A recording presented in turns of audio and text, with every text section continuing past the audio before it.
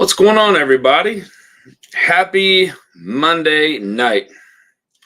What a week it has been. I will say that. Um, Two flights, a lot of whiskey, and a lot of friends and a lot of good times.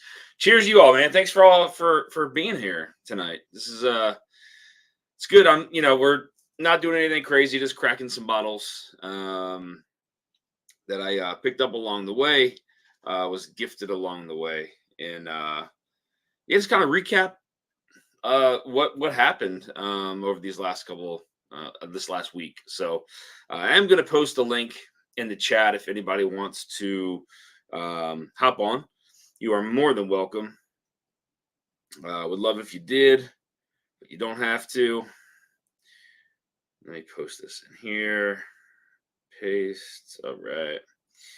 So link is posted. Pin message. All right, guys. The link is posted at the top. If anybody wants to hop on, you are more than welcome. Just kind of hang out, share a couple photos here that I was able to download. A lot more coming in from people. All right. Hey, what's up, Dana? How you doing, bud? Good, man. How are you? Oh, I'm doing good, man. I'm doing good. Good to see you. Good to see you. How was the event?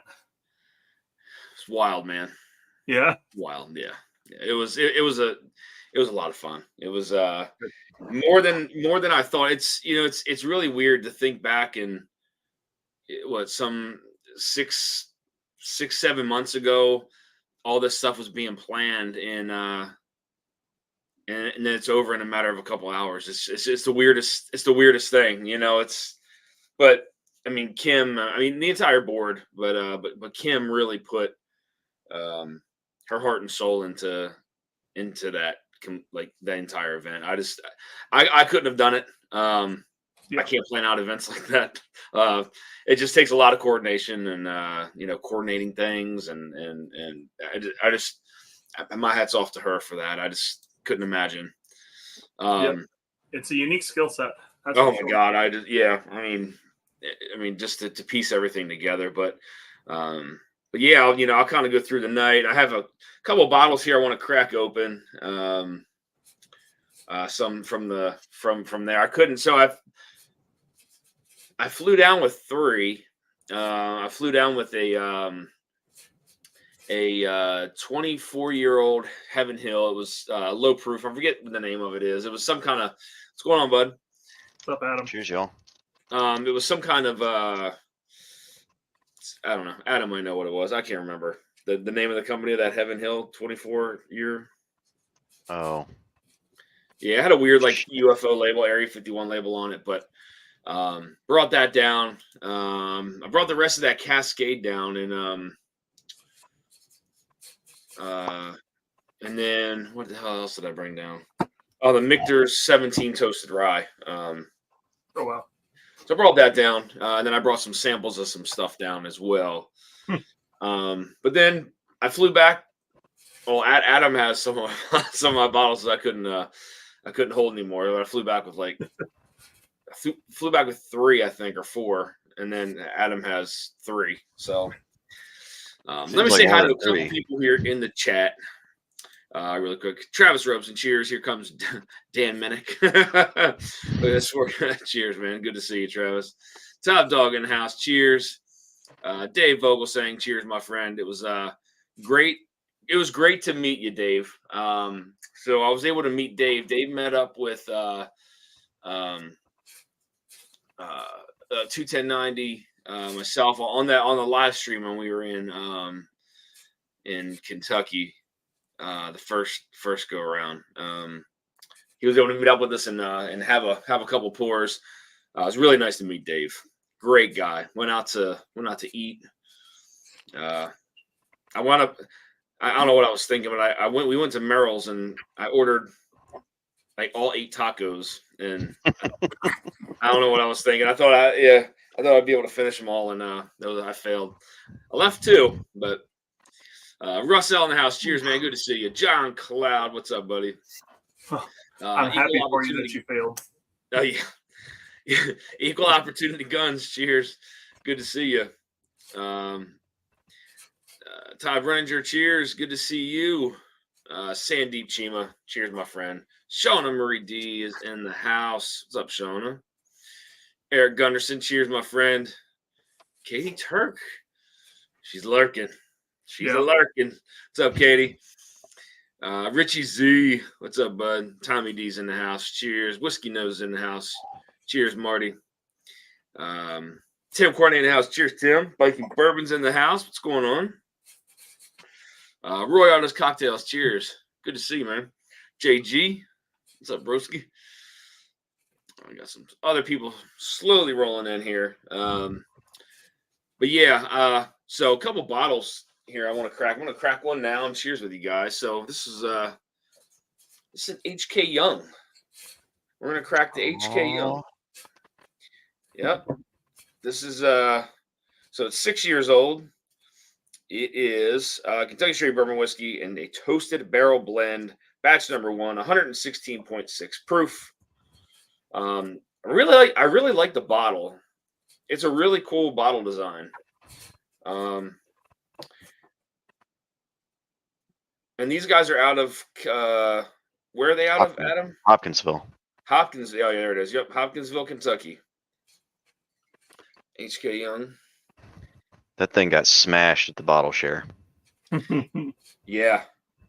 There's a lot of good bottles at the bottle share too, man. I mean, I think Mark Emanecker was taking pictures of everything he drank. Did. But I got a couple. Up his phone. Yeah, got a couple pictures to share with you guys. Some stuff I gotta go through and download a whole bunch of them, but some I already had downloaded. But I mean, yeah, overall, I mean, from the Ross and Squibb MGP and Lux Row, you know, from all of that to going down for this event, I mean, it was more than I could have thought of. I mean, I just it still blows my mind that it really happened. But you know, it's weird. I mean, I was just telling Ethan, it goes by so fast. Yeah. It's like all that planning and putting things into it, and it's gone in a matter of a couple hours, you know.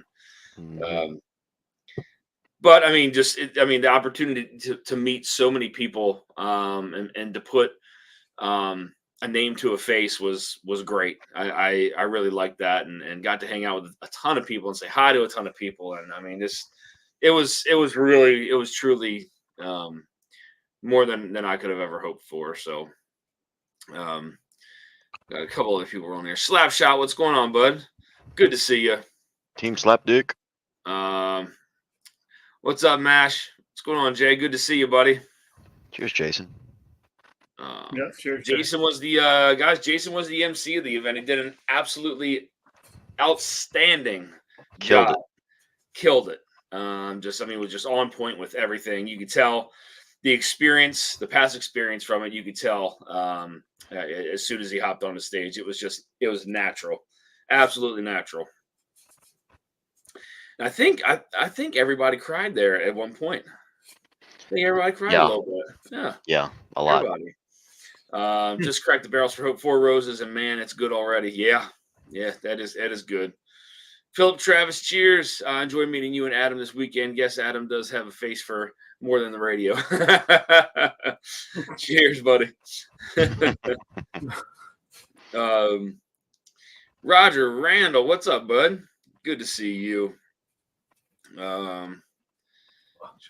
Bourbon Jerk, what's up, buddy? I gotta message you. I still have a sample for you. I know you got the Blanton's one, but I gotta send. I had one more I had to send to you. It was great to meet you, Jason. You rocked the event as the MC. Absolutely, man. He really did. It was so natural, man. Paul P's in the house. Cheers, man. Good to see you. Who else we got? Eric Gunderson definitely cried.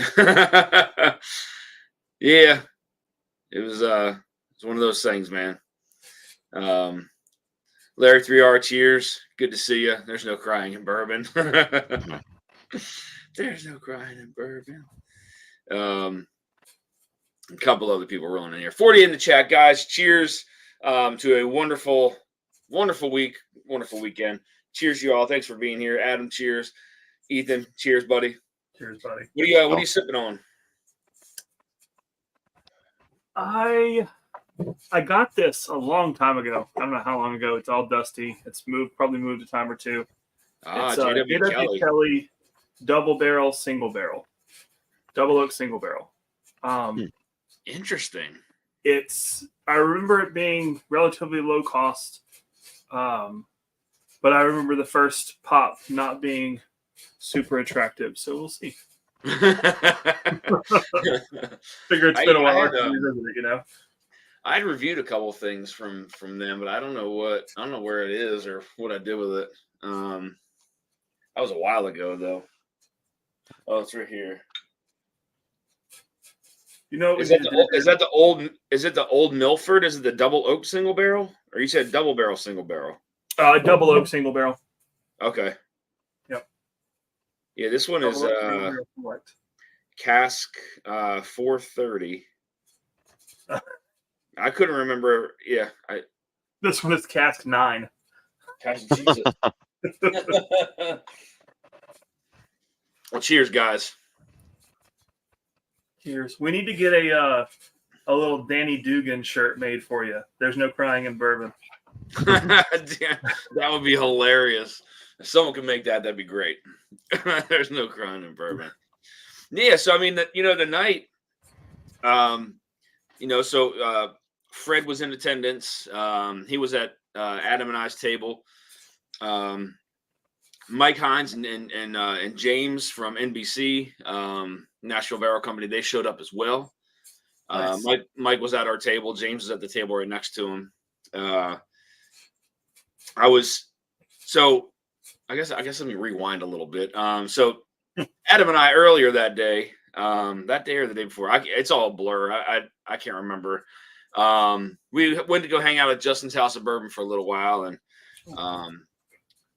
we're hanging out with some of the guys there. And usually when I fly into Louisville, I text Sherry Carter to see how she's doing, what she's up to, and just so happened she was next door, so she popped over and we talked for a little bit, and then Adam and I kind of wandered our way up to her art studio, and we're talking, having some really nice talks. Had a little bit of whiskey, but we were on a time crunch, so we couldn't stay too long, because we had to. Where were we going, Adam? Pursuit. That's right. We were going to the Pursuit excursion.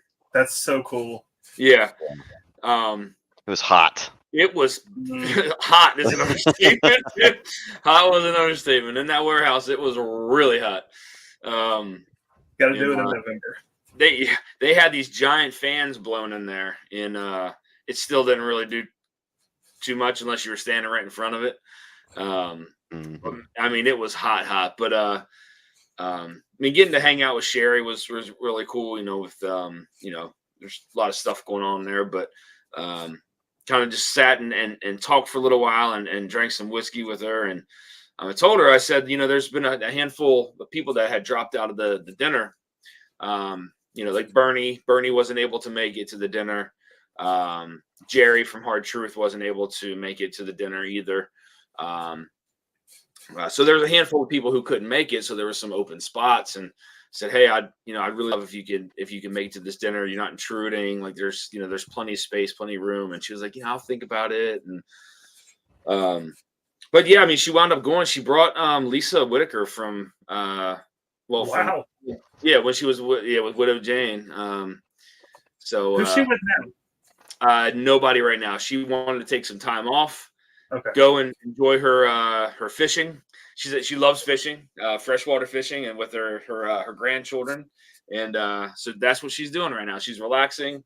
She's turned down 2 gigs just because she don't want to rush herself into anything. But so they wound up walking through the door at the dinner, and they were at our table. I wasn't expecting it, to be honest. I didn't think that Sherry was gonna come, but she said that she was bringing her date. She didn't say who it was. But when they walked through the door, it was like, wow, that's awesome. That's So of really cool. everybody at our table, I was the most out of place. No, Yeah, for it's all sure. right, Adam. Yeah, Mike that's Morton, two cheers, man. powerhouse women in bourbon right there. Hmm. Yeah, I mean, like I said, we had, it was Adam and then myself and then Mike and then Fred and then Pam from Folds of Honor, and then Sherry and then Lisa. Yes, Marty. Yeah, Sherry Carter. Sorry guys, I'm just trying to catch up on the chat here. But yeah, I mean, the whole night just wound up being amazing. Fred got up there and told a little bit of his story, and when he was in the Army and he was a photographer and tagged along with the infantry and some special forces units. But telling his story and how he kind of had to bring himself back to the realities of being a civilian again, a normal person. So that was really cool. That was I heard a lot of feedback. There was like, oh wow, I never knew that about Fred, and a lot of people didn't know, and he opened up about it, and I know he's talked about it before, but and then but then once people started getting introduced, onto the stage, Lance went up there first and kind of told his little story, and he started getting people a little weepy. And it kind of just went on from there. And then, we were presented these really cool awards, which we didn't know about. There was a surprise. Team Slapdick is never out of place out of Shelton. That's right. You remember that, Adam? Never out of place. Right. So there was a surprise that we didn't know about. And so Kim got the four of us a really nice little gift here, and I'll show you. Let me not break it. All right. Yeah, it's really cool. I had a picture of it. I do have a picture of it. Let me zoom in on myself. How do I do that? Let's see. Solo. Yeah, this is pretty cool. But I thought that was really nice of her to do that. We had no idea that she was going to do that, but quite the gift. And then what she didn't know is we had something for her too. So we all had pitched in, and clearly we weren't very creative with the gift. So it was a gift card for a pretty nice amount. But she obviously put a lot more thought into our gift. But no, I mean, it was sporting some hardware. Yeah, man, I think it's cool. That's a really cool gift, man. But then Kim and her husband Mark are amazing. Absolutely, they are. They're great people. And then as the night went on, Lance went up and the gentleman from American Cancer Society got up there and talked, and said his part, and got people a little emotional. And then Josh went up there, and he got emotional talking about Teray loving her arms, and then they shared their story. And I thought I was going third, but I didn't. So Joe went up there, he got emotional. And he had the Make-A-Wish Foundation family there, and that was hard for everyone. Definitely heard some sniffles going on during that one, and that was called a blast. And I mean, I was already an emotional wreck at that point. And then I had to go up there and I said a couple words, and I couldn't really go much further than that because I was going to ugly cry, and I didn't want to ugly cry in front of everyone. But so I had to call Pam up on stage rather quickly so I could stand out of the way. But just to hear all of their stories and and what those charities mean to them. Not only the founders, but the people from the charities. To hear all that was absolutely amazing. It was really special to be a part of that. So Josh is a great human. I agree. Josh is a really cool guy. Bourbon Hall's in the house. Cheers. Good to see you. Smoking Firewater's in the house as well. Cheers to you. But yeah, man, it was cool. Adam, what was your biggest takeaway from everything? Outside of openly weeping in front of a lot of people, which is not Yeah. something I do. I don't know, just hearing from the charities and the people affected. Yeah. Like actually putting numbers to it instead of just, oh yeah, we're doing good, right? Yeah. We're drinking good whiskey and sending our money to charity, but actually seeing the people and then hearing that the money that went to Make a Wish is actually paying for a wish Yes. just from our year. Is Yes. Yeah. you So can't yeah, put a price on that. from year one, that donation paid for one person's Make a Wish and then 2 scholarships for Folds of Honor. So Yep. Which is That's that's awesome. Yeah, I mean that's great. Kind of gives me goosebumps a little bit. But that is really cool, man. So I want to share a couple pictures here with you guys, just to show you a few. Adam, this is really good. I know it's like on that? record. I know I tried it at when we were there. I mean, I know I poured myself some. We had a lot of stuff. We did. shocking. Shocking. Adam was drinking that place dry, man. Oh no, maybe a I water. tell you what. Truth. So we were. Well, I didn't know, but Adam was. He had some. What are those things called? Oh, Zins.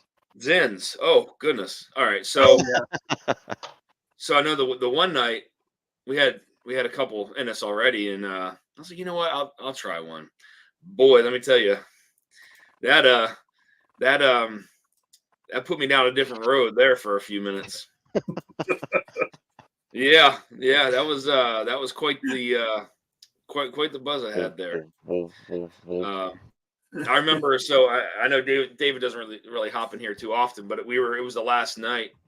I think it was the last night. Yeah, it was the last night. And I was sitting there talking to him, and I put one in, and like 5 minutes went by, and I didn't really feel anything. And then I had a big sip of water, and then I had some whiskey, and it's like almost immediately, I was just like, woo, like my ears started getting that like ringing. I was like, holy shit, this is crazy. I just spit it out right after that. I was like, holy shit, I feel I'm gonna fall over. Yeah, it's good stuff. Yeah, maybe that's what I need for my long drives home. Yeah. Be a short drive after that. Yeah, let me share a couple photos here with you guys really quick. Like I said, I have a whole bunch, but I haven't, not all of them downloaded. Let's see what we got here. Share the screen.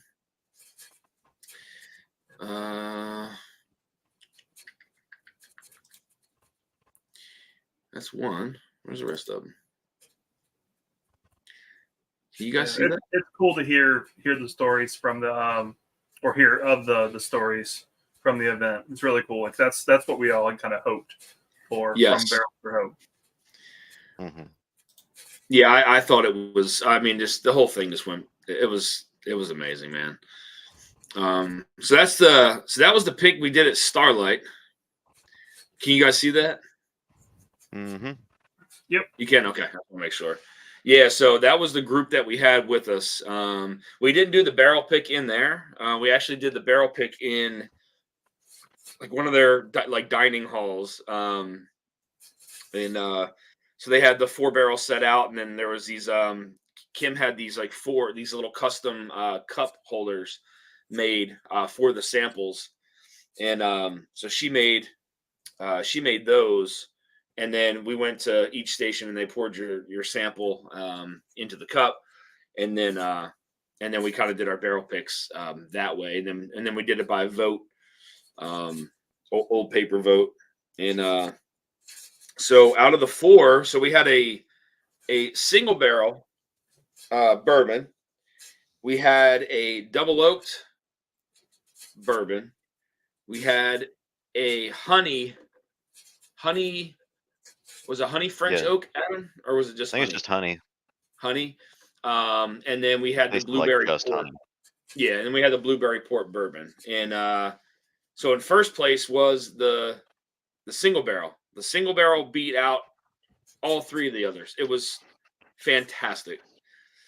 Barreled. Huh? That one was the double barreled. Number 1. Final answer. You still think it was a double barreled? Had to be.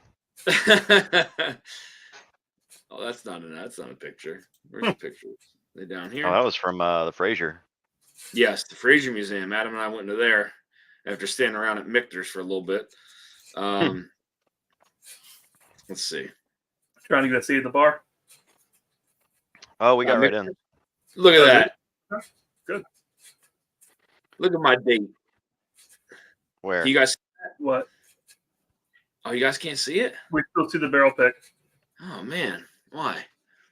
It's probably you probably need to do a poll about it. There it is. There it is. Look at my date. I see my hand down there. I was trying to hold his hand, but he was just like, no, not doing it. Look at that, huh? Look how long my sleeves are. That's all right. Goodness, what else was there? Adam looks like he rode there on his hog. Somebody. There you go. There's Sherry and Lisa. Took a little selfie with them. Who else? What else? That's Dave right there. That's Dave Small right there. That was the night that I was zooted, as Adam would say. Zooted. Zooted. That was from so that's when we were at MGP. I know I posted that on my Patreon, but that was the group of us that went over to MGP to go drink and pick some barrels. Man, Jason looks cool. Yeah, so you got Chad and Sarah, you got 21090, Bourbon of the Week, Stuff and Whiskey, Mash and Journey, and then myself there, and then Jay West kind of standing in the middle. That was the Starlight pick. There's Andrew. He wanted to get himself in it, standing all the way up on the goddamn freaking ricks or the pallets or whatever the hell they are. Dude was sweating. He was way up there too, huh? He was sweaty. Yeah, it was hot as shit up there. Yeah, it was super sweaty. Well, yeah, I mean the top of those warehouses are the hottest part, you know. Mm-hmm. And it was like 95 degrees for sure. Oof. Yeah, that's why you don't go to Kentucky in July.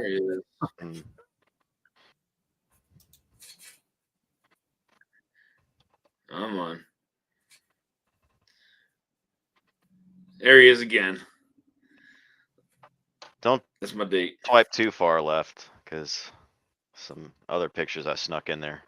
that was us and the founders and Fred. Took a picture of him on his pink coat. And who else we got there? That's when we were presented our gifts up there, which was great. Again, we had no idea. We had no idea we were getting them, so that was quite the surprise. That's the board members there. It's myself on the left, and then Lance, Whiskey Tornado. It's Kim, and then Josh from Stuff and Whiskey, Joe, Carter from Mommy Whiskey Valley Society, and he also has he started his own distillery called Adventure Spirits or Adventure Spirits Company, maybe. I think that's what it's called. I think Adam has a glass. That's Bill Kavanaugh, or AKA WJK, there on the right. That was me and Pam from Folds of Honor. And there's one picture of us. It looks like we're like Guido'd, like super tan. I didn't like it. I don't know whose camera it came from, but I didn't download that one. Jersey Shore filter. Yeah, so that's a couple photos. Huh? Jersey Shore filter. What was it?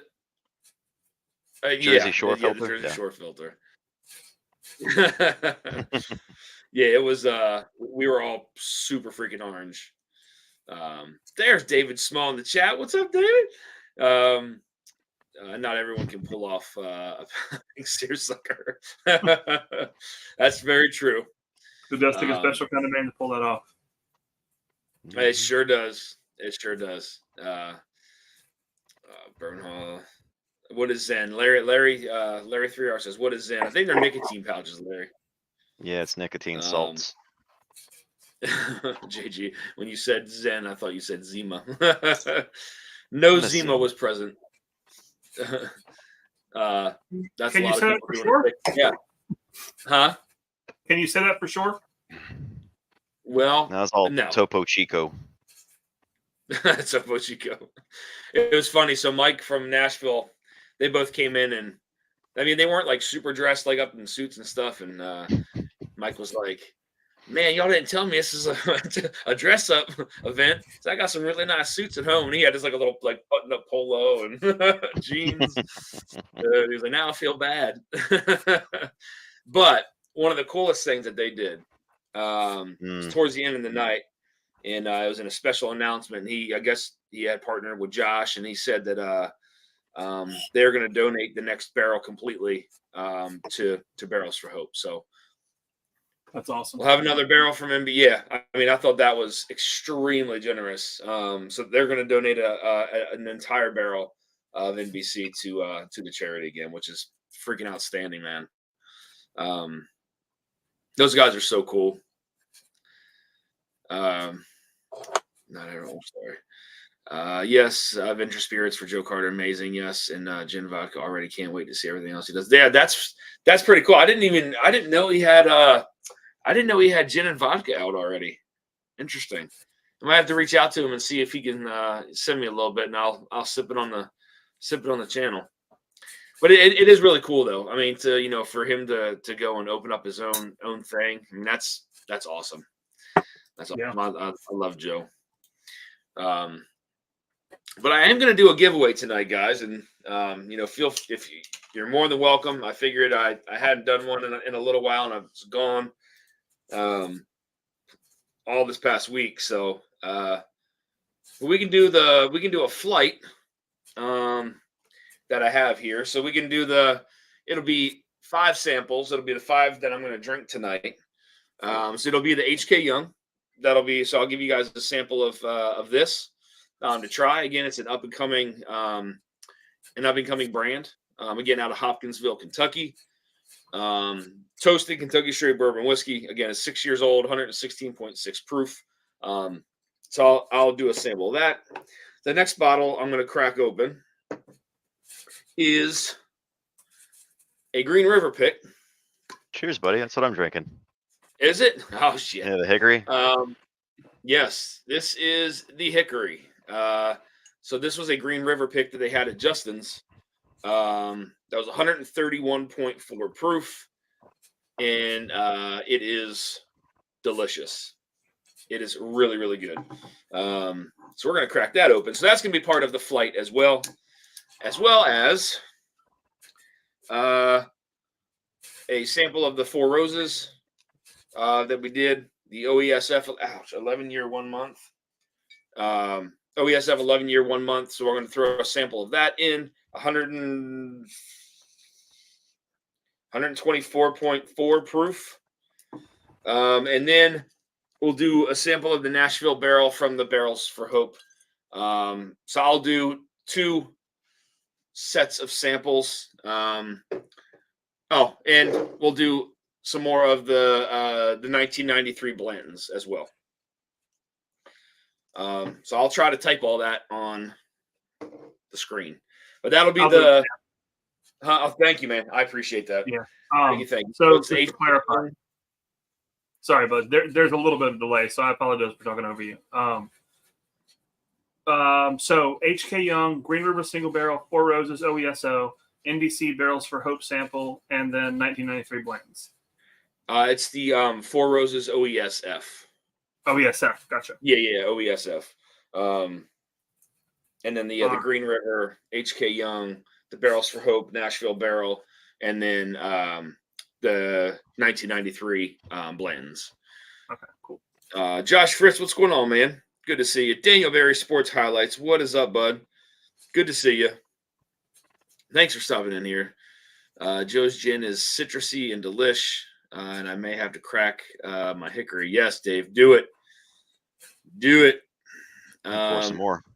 Adam or Ethan, you said I'm a little delayed. Just a little bit. It's just enough that I'm accidentally talking over you. I just wanted to apologize beforehand. No, you're fine. I'm wondering if it's from the things I opened. You got any polls in the background? no polls open. They'll pop up next week. Dan, have a poll open. Callie Drams, cheers, bud. Good to see you. Again, guys, so the giveaway for tonight, I can do 2 or 3 sets. It'll be the Green River Hickory, which is one of Justin's House of Bourbon picks. It's 131.4 proof. The Barrels for Hope, 4 Roses pick. That is 11-year, 1 month. It's 124.4 proof. Sample the HK Young, new and upcoming brand out of Hopkinsville, Kentucky. It's toasted Kentucky straight bourbon whiskey, 116 proof. The Nashville Barrels for Hope. Monster. Bottle, yes. So I'll do that as well. And then 1993 Blanton's. So we'll do three sets of these tonight. If anybody's interested, you're more than welcome. Ethan, will you be able to track any super chats? Yep. Awesome, man. Thank you. Muchos gracias. But now I gotta pour one of these. I'll do the Green River since Adam did the Green River. Slam that like button, says Whiskey Nose. Marty, why don't you hop on, man? JG says, let's get this started. Cheers, JG. I appreciate that, bud. You're in it to win it, baby. Doug H is in the house. What's up, Doug? Cheers, man. Good to see you with the $10 super chat. Much appreciated, buddy. Thank you. Many thanks, Doug H. Your box should be there on Thursday. All right, let's crack this bad boy open. You know, I was feeling hungry, and I was like, man, a thin crust pizza would actually be really good again. I'm telling you, that saved me that one night.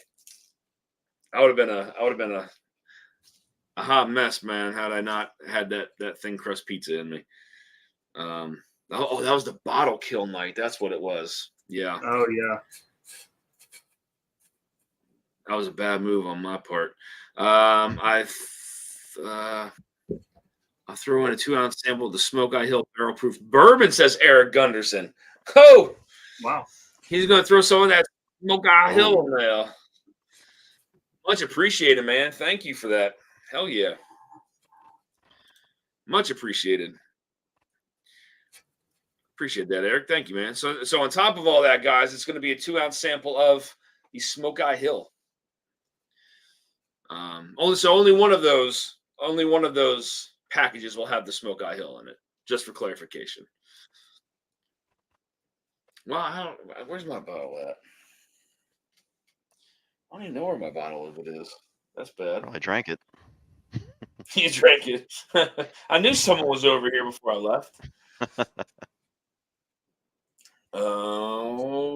don't know. Actually, I don't know where it is. Watching the home run derby, and then I will jump on. Sweet, brother. Appreciate it. Okay. Updated to include Eric. Man, I wonder why I am so choppy. I can see it. I can see there's a delay.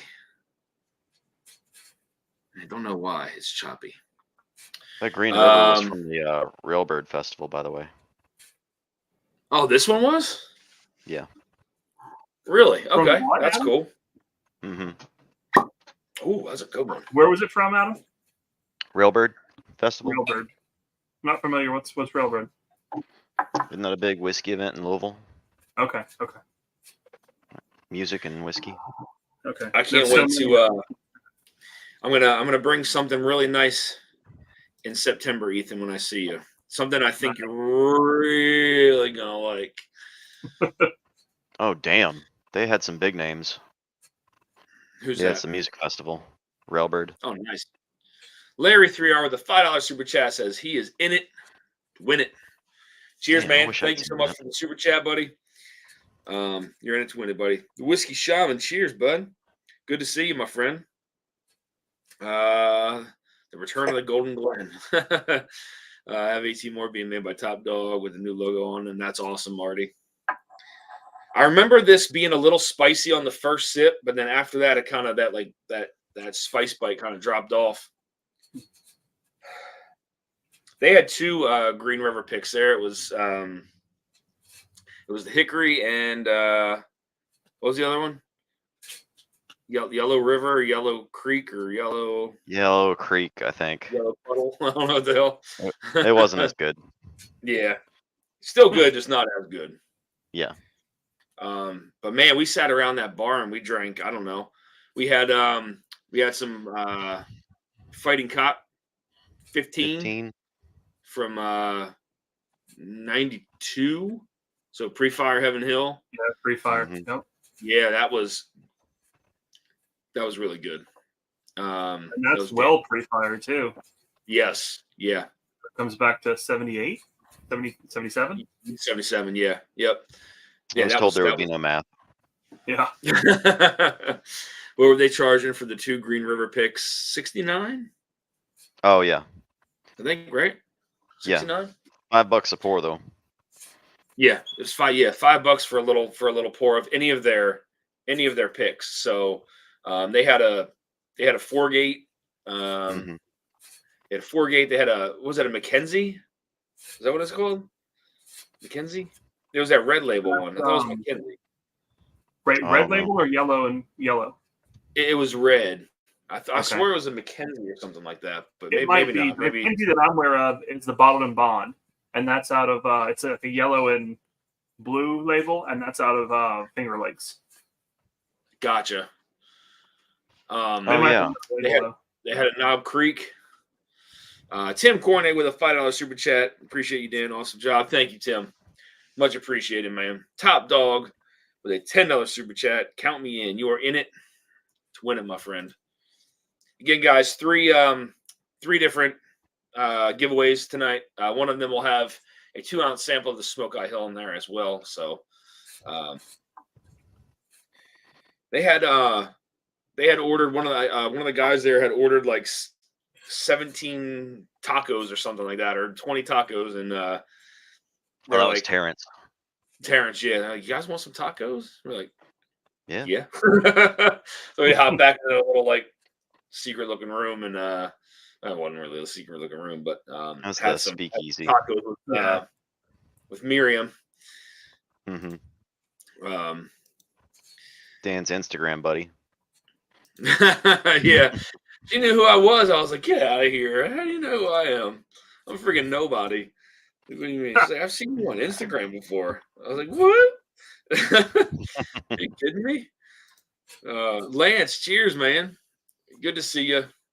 Cheers, Lance. But yeah, she was. Yeah, so I got a picture of her, and I was pretty shocked, to be honest with you. So I've only gotten that like 2 other times ever. So I thought it was pretty funny. Like, you know me, like I'm a nobody, man. You'll be getting a lot more now that you got the Minnick bump. That's right. Yeah, I wasn't expecting him to do anything like that, but that was pretty cool that he did. Mm-hmm. I think I posted that on my Instagram somewhere. I gotta text him and ask him for that picture, because I think that was his picture. So, let's see if he can send that to me. Oops, there we go. Okay, I think I fixed the it being all glitchy and jumpy now. I had some other stuff open down here at the bottom. Let me get into this thing. Cheers, guys.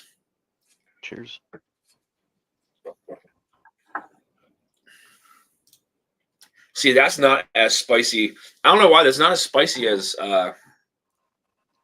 when I first tried it. Mm-hmm. Like, that does not drink 131.4 proof. Interesting.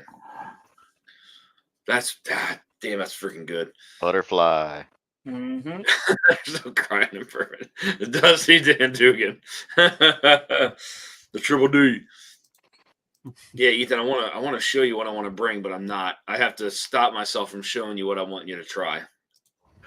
It's right there. It's right there. I can't do it. I can't bring myself to do it. The Green River is really changed after they sit for a while. Mm-hmm. Yeah. Well, I mean, the one that Renee did, John, was fantastic. Look who's showing Yeah, up. that one was fantastic. What's up, Brian? Team Slapdick. Team Team Slapshot? Slapdick in the house. What's up, man? Can't hear. Bourbon Jerk. Time to Can you hire hear me? You're gonna keep away the Yes. paparazzi. I can't hear you. Crap. Bourbon Jerk. So it's funny you say that. So when we went to Lux Row and MGP, Now I got you. we had a camera crew that was filming us from the time we got off the bus until the end of our tour at MGP the next day. They filmed everything. Wow. It was really weird. It Even was bathroom really trip? weird. Like, I mean, there was two That's of what them. made it weird, Adam.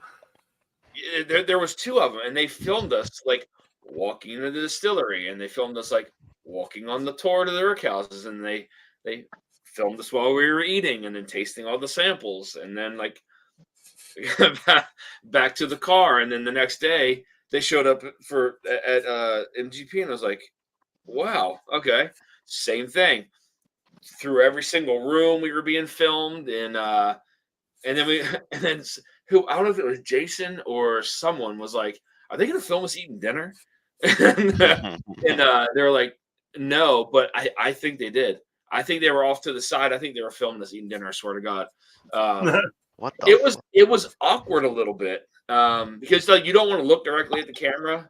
Like I didn't. I kind of looked off to the side, but it was just really weird to like have like a camera crew on you at all times. It was a little odd, but so the whole purpose of it was for them to have it to kind of show, I guess, during some tours that they do. So they're going to chop the video down. So what, I guess some of the key parts or the big parts or whatever, and they're going to send it to everyone who was on the group, and then we can use it as like a B-roll clip or something like that. So I thought that was pretty cool. That is cool. Yeah, I thought that was pretty neat that they did that.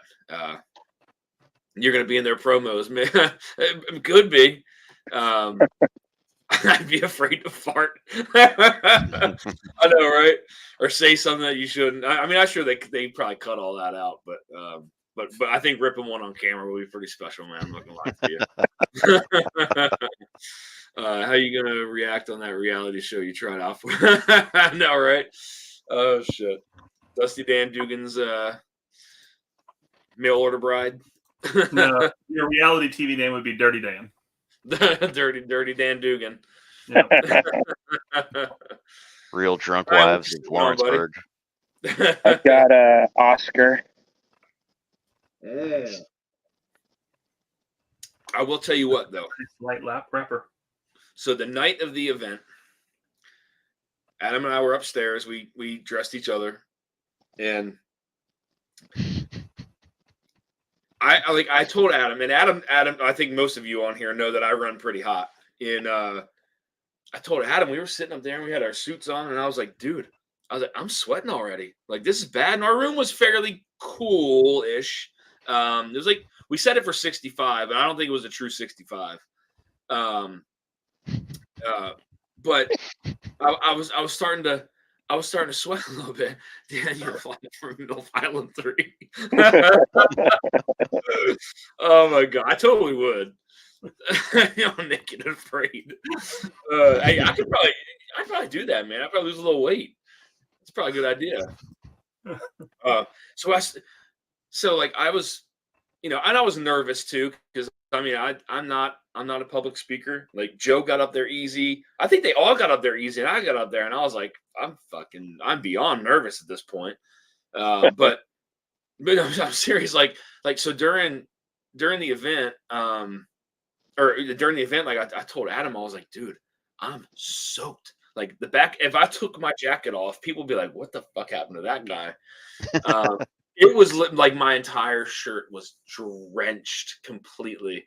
And I was like, man, if I sit back on my chair, it's gonna soak through my jacket, and you're gonna see it when I walk up. And I was like, man, this is fucking bad. But yeah, That was the theme of the weekend, though. I mean, you were sweating in everything. dude, it was crazy. I just, and it's like it's more and more like as I get a little bit older, it's like it's just getting worse and worse. And I'm like, holy shit, man.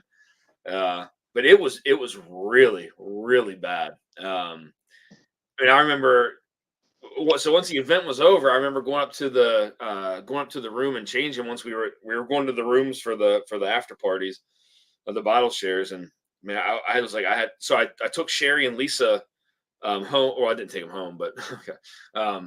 I took them down the elevator and walked them out to the door, and then I walked back up. I got changed, but I couldn't even get my dress shirt off. It was like stuck to me. I was like, fuck, bad. I was like, something's wrong with me, man. No, it was really hot. Oh, yeah, it was really fucking hot. Are you gonna talk shit about the hotel or save that for another private thing? Well, the hotel was it was bad from the start. Hold on, let me catch up on this here. Hold on one second. Garth Brooks is head of security for Whiskey Nose, so all crew go through him now. I love Girth. He's great, dude. EJ, cheers, man. Good to see you. Richie Z with a $10 super chat, an entry for Shauna Marie D and Eric Gunderson, and join a couple of pours of NBC Dusty Dan 3409. Sweet Richie. Appreciate that, buddy. You know, I was going to pull that one out too, but I figured I'd just pull the Barrels for Hope one out. I sucked through that freaking first bottle real quick, man. I gotta be careful. But thank you for that, Richie. Much appreciated, buddy. So Adam and I, like, we get to the hotel and we go to check in, and the woman's like, the systems are down. And we're like, oh, all right, well, you know, they're rebooting and whatnot. I couldn't tell you how fucking long we waited there for. It had to have been probably something like that. Yeah. 45 minutes. All these bottles. Yeah, we had a whole thing full of bottles, and then she takes our big old cart and like pushes it down the side somewhere. And we're like, man, this is so. There was a girls' basketball tournament, like state championships or something, in the hotel for like the couple days that we were there as well. So the elevators were like waiting to go up or down on an elevator was an absolute nightmare. It was literally like every elevator was packed to the gills, whether going up or down. And it literally took us, it had to have been over an hour to get our room just due to the power failure, whatever it was, and then going up and then getting into the actual room, unpacking and all that. And then it was just like, it was like one thing after the other. It's hot as shit in the room.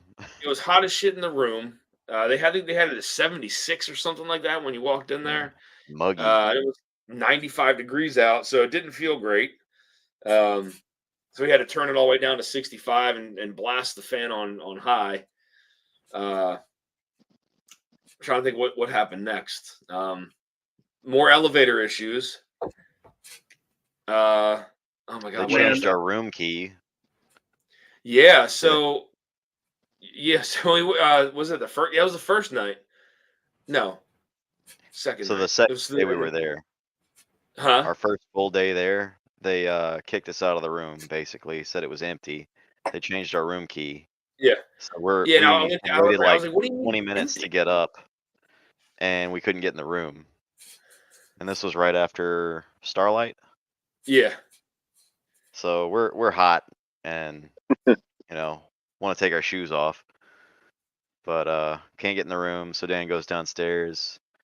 It's another like 10-15 minutes of him standing in line because apparently, I don't know, everybody was having issues there.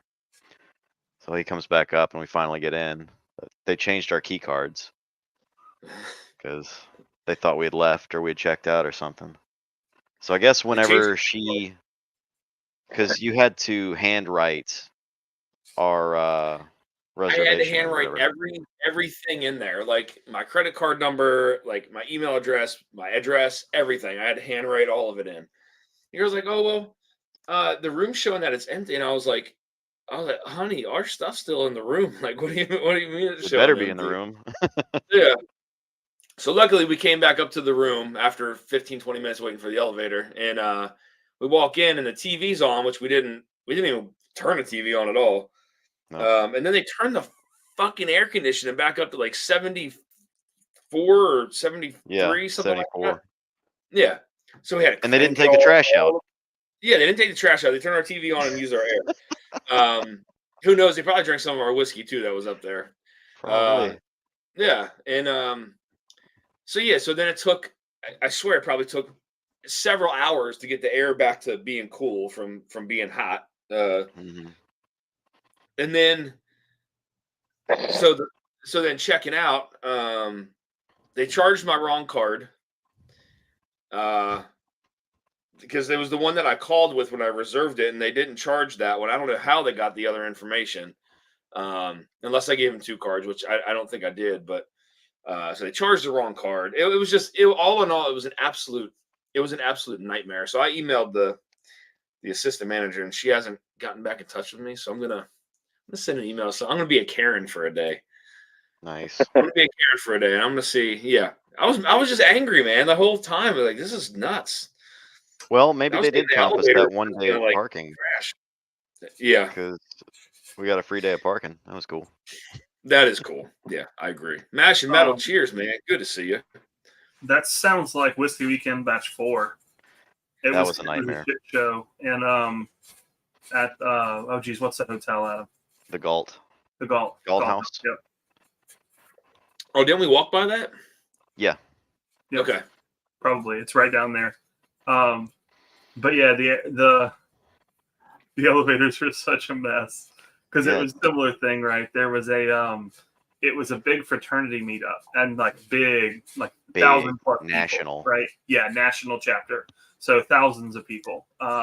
So And then on top of it, they have that hotel at the top of that restaurant at the top of the golf house. So the elevators were just constantly full, or you were missing them. And then they started doing weird stuff. Like we got on one and it was chock full, right? It was a bunch of whiskey people. Chad and Sarah were on it. We were trying to get to the 25th floor. It went up to the 23rd, stopped, opened, went back down. It goes back down to like the second floor and opens. And they look and there's this wide open elevator. And we're like, yeah, we're not getting off. We're trying to go up. So it takes us back up. We go up to like 19. It opens, goes back down. This happens like 3 times. The closest we got was to the 24th floor until finally we got to the 25th. Like, oh, finally. Dan and Julie Light got stuck. Yeah, Dan and Julie actually got stuck. We thought we were gonna, because at one point, like, it stopped between floors and like shook. You were like, "Oh shit!" But they actually got stuck. Mm-hmm. I swore the elevators were going to freaking break with all that. Like, you know, and you think about it, those elevators, they're probably not used to something like that, right? Mm-hmm. But you know, to Adam's point, like those elevators in that hotel, they moved a little quick. And you felt it when it was going up and down. It almost gave you like that weird feeling, like when you step off of it, like it's still kind of moving. That the vertigo feel, like that was really weird, man. Yeah, but no, all in all, I mean, the whole trip was just it was amazing. I mean, the entire week, just everything, just all in all, was just insane. Mm-hmm. I really didn't even want to drink tonight, to be honest with you. Because Adam and I were like, I don't know if I want to drink, and that was like yesterday. I didn't yesterday. Yeah. But we did drink yesterday. Did we? Oh, that's right.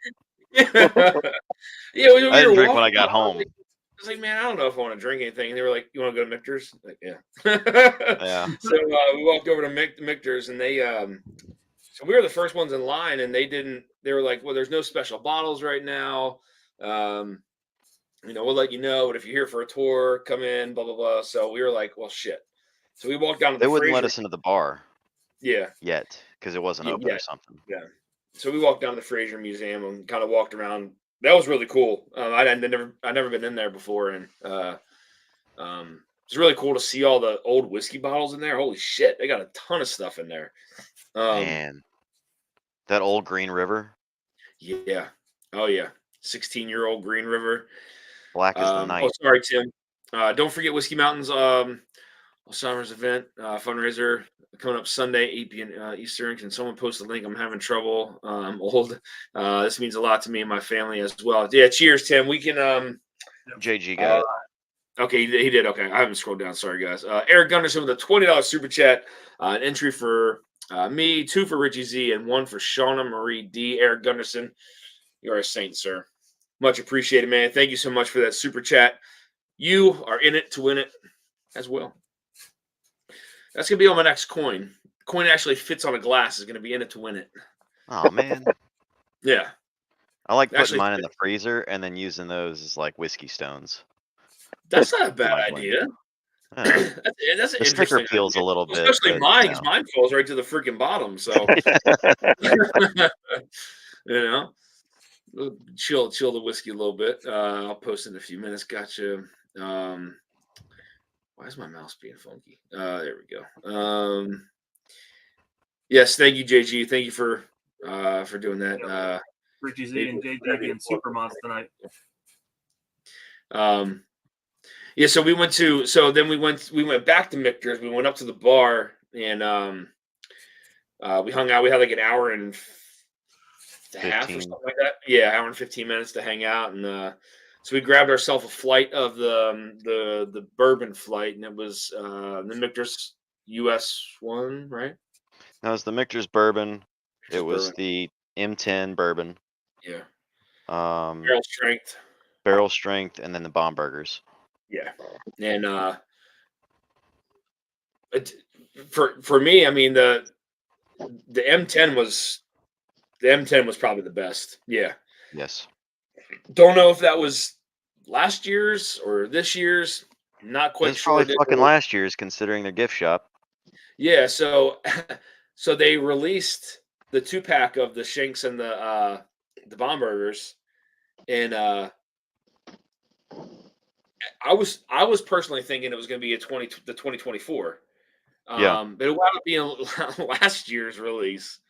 Well, we had breakfast with Jason, and Jason mentioned he wanted to go to Michter's, but they didn't open until 12:30. So I told him since we were gone, if they had it, I'd pick him up one because it comes in a 2-pack, Shanks and bomb burgers. So we're like halfway through our little sit-in on the at the bar, and one of the hostesses comes up and says, "By the way, they just released the Shanks and bomb burgers at the gift shop. You can go down there and come back up." So I go down there and buy it immediately. I don't even look at it. Come back up and I'm looking at it. 2023. Yeah.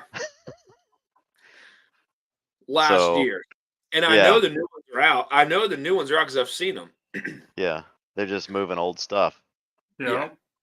But then I was like, you know what? You should go try to return it and just see. I know it says no returns on the slip, but they say you didn't know, you didn't know it was a 2023, that was this year's. Mm-hmm. They still wouldn't do it, even though we stayed inside the building upstairs. Mm-hmm. They still wouldn't let them return it, which is, I don't know. That's not right. It is what it is. Yeah. Okay. William Hall, cheers, man. Good to see you, buddy. Can't just come on. If it is the bomb burgers we had in that flight, then I'm okay with it because that was my second flight before. Yeah, that was really good. The barrel strength was something wrong with it. Not that great. Yeah. It was really young. Mash and Metal, man, if you want to hop on, you are more than welcome, buddy. Pull up a seat. Anybody who wants to hop on, you guys are more than welcome. So a couple of things that I have going on in the works, guys. A couple emails I sent out. I did send an email to Ian Stursman at MGP. Talking with him, being on the old grounds of Old Quaker, in Shenley. I asked him, I was like, hey, would you like, I could send you a sample of the old Quaker, or 2 samples of the old Quaker. And I said, you can have one. And if you want to dissect the other one and break it down, and I don't know, if I'm sure they can reverse engineer it, right? If he wanted that. And he was like, immediately he gave me his email address and phone number. It was like, hit me up, let me know. So that email went out. Hopefully I'll get an email back from him soon and maybe have him on the channel.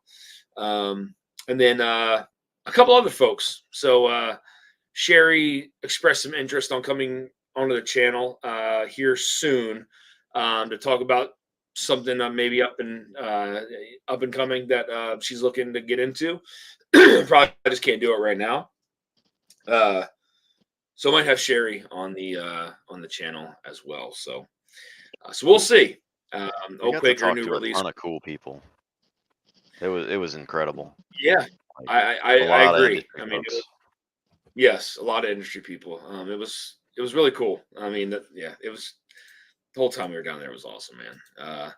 Yeah, Richie, I know. Like, so when we did the Pursuit excursion, Kenny was there, and he was saying that they were looking to bring back an old label, and I don't remember Melwood. Yeah. Melwood. That they were going to try to bring back that label. I think they were working on it. They had the rights to that label, and then they were going to kind of resurrect it and bring that back. So, but you guys think that they could probably reverse engineer a sample, right, and see what it breaks down as? I'm sure, right? Somehow, some way. Yeah, I think so. I think they can check the chemical analysis of it. Okay. Because I mean, I told him I would give him 2, and like after I told him, like I was like, you can have one, we can drink it on the channel, and the other one you can, if you want to use it to kind of like dissect it or whatever. And that's when he was like, here, write this down. So maybe maybe they can find out the old mash bill of what they used and maybe try to. I mean, I don't think they want to make it taste like a Dusty, because I don't think that would do too well. But I think it'd be pretty cool for them to dissect it, just to have that kind of mash bill, like It was really weird walking through there, though. As Jason said, I'm sure you guys watched his stream. It is not set up for tours at all. It is not tourist friendly. It is very industrial there. Super, super hot rooms, like exceeded 100, 120 plus easy. And just like stuff you can just burn yourself on. I mean, he did a great job leading the tour, a really nice job leading the tour. But man, I tell you, it was it is not a place for tours to be led through. I mean, it's crazy. so much crazy stuff going on there. They have a huge dude. Ethan, they have this huge rye dryer. It's this huge cylinder. Massive. I mean, I don't even know how big it is. There's Sean. What's up, people? Where'd he go? What's up, Sean? Oh. What? Whoa. I'm Go. trying, Sean. I don't know what's. I got him. Go. Hey, just hold tight. I'll get him. All right. Just an immediate timeout. I haven't even said anything offensive yet. Give me a minute. That was just a warning, Sean. That was a warning. Here's Sean. Cheers.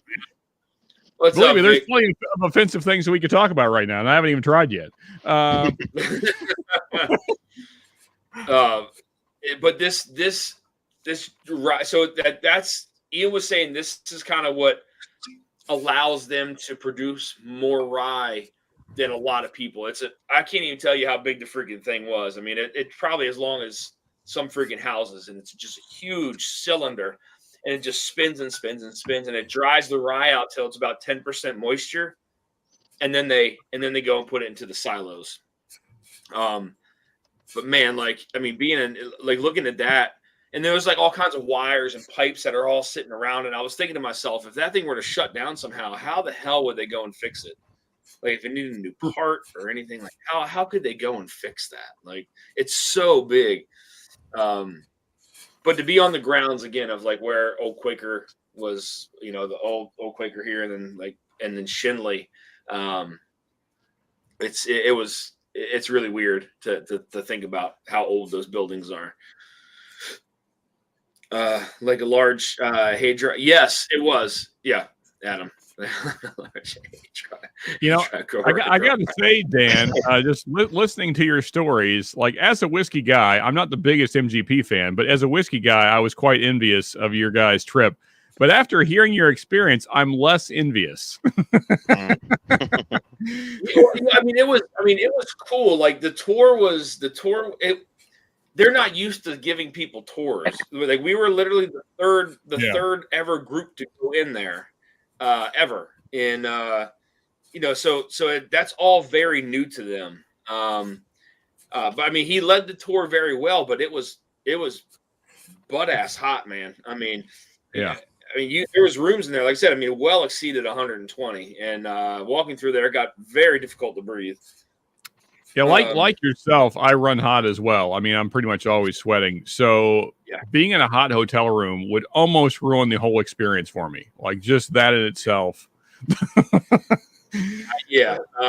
Miserable. I wouldn't be able to sleep. I would not sleep at all. So I would be. Oh, we fixed that. Yeah. Real quick. But they made up for it with the samples they provided during their tasting. I'll say that. So yeah, they made up for it there. But I'm sure you guys had some phenomenal whiskey. I don't doubt that. Yes, we did for sure. And that's I can't wait till some of that stuff rolls out so you guys can taste it. It's unreal, some of that stuff. Tom Shanley with a $10 chat. Evening cheers, y'all. In it to win it. Yes, sir. You are, my friend. In it to win it, buddy. Thank you, man, for the super chat, Tom. So, for a comparison, Dan, have you done the Brown-Forman Cooperage tour? Have not. Okay. Well, it sounds kind of similar. It's an area that is not really made for tours. So it sounds similar. If anybody's done that, I couldn't say for sure, but it sounds like that. Yeah. Yeah. No, I haven't done that. I didn't do that tour. I know Brian Maggie says they let you splash your face with a little white dog off the still. So they didn't have anything off the still. They did have a little like a clear ketchup squirter that had some 160 proof white dog in it that we smacked our hands around a little bit and did that all. But nothing nothing on the face. There was one rick house. So we had a safety guy that was walking around with us for a little while. They had this little meter. I forget what the meter was called, but we walked into one rick house. And they had just filled it with a whole bunch of barrels of new make. And we walked in, and immediately your eyes started burning and your nose started burning. And a couple of us walked in and we were like, holy shit. Like we had to walk out immediately. Ian got on his little walkie, and I guess we're like, something's not right here, the ventilation or something. So the safety guy came with the meter and was like, yeah, we can't go in this one. So I don't know what it was. I don't know if it was just that much new make and just the ethanol, but it literally burned the shit out of your nose and eyeballs. Like as soon as you walked in there. That was crazy. That is nuts, man. That was nuts. Something wasn't right, but the day that we were there, one of the underground water pipes or something like that broke, so there was water like all over the freaking ground when we were leaving. It's like he's like, go figure. You guys come here for a visit, and this happens. William Hall with the $20 super chat says 2 for Richie Z, 2 for Shauna Marie D. Cheers, William Hall. Very generous of you, my friend. Thank you for that. Thank you for the super chat, man. Again, very generous of you to donate to Richie and Shauna. I feel like one of them is going to win tonight. Everybody's donated to Richie and Shauna tonight. I think one of them's going to win. I think the odds are in their favor. The best tour, in my honest opinion, is Independent Stave Company near Lebanon, close to Maker's Mark. Watching them char barrels is so cool. Yeah, Tim, I think you were talking about that when we met up in Baltimore. You were saying that was a really cool one. Sean, what you sipping on, buddy? A little bit of Larceny B524. It's good. Ooh, I haven't had. Yeah. Is it good? I like it. Yeah, I like it. Yeah, I like it better than the A batch. Yeah, it's good. Enjoyable. I mean, I've gotten somewhat through it already. It's going well. Yeah. Yeah. And how long have you had that bottle? Since Baltimore. Oh, wow. Yeah, Okay. I got it. It was Saturday night late in Baltimore. I didn't crack it there. I didn't crack it till I got home. But yeah, it's good. Nice, man. Look at Jay Sells. Cheers, biatches from Bermuda. Cheers, buddy. Hope you're having a good time, man. My roomie there. What's up, Jonathan? Little jealous, man. I take that Bermuda heat over what we just experienced. What I just experienced. Adam There you wasn't sweaty. I was. I was sweaty. I just don't show it as much because, Yeah, dude. Dan, based on what you're describing, if I was wearing a suit, I would be visibly like it would look like somebody sprayed me with a hose. Like it would be very obvious. Yeah. I wasn't. It is so weird, man. Like I don't really sweat like that on my face, but like my lower back, swimming pool wet. And I don't know. I don't get it, man. I really don't get it. the bed was soaked too. Well, that's a Well, that was different from the conversation, activity. Adam. What you guys do in your own time. Dude, we were pretty much busy the entire time we were there. Yeah. I don't think Phrasing, we not a lot of phrasing, time Dan. in the room. Dan, phrasing, especially following Adam's comment, phrasing. He said what he meant. Why the room was so hot. Yeah. No wonder the AC wasn't working. We were sweating a lot. Yeah. What happened is when Adam first got in, he turned it up so make Dan take his clothes off. There you go. He had a plan. He had a plan. Tricks of the trade. Bourbon Jerk, cheers, man.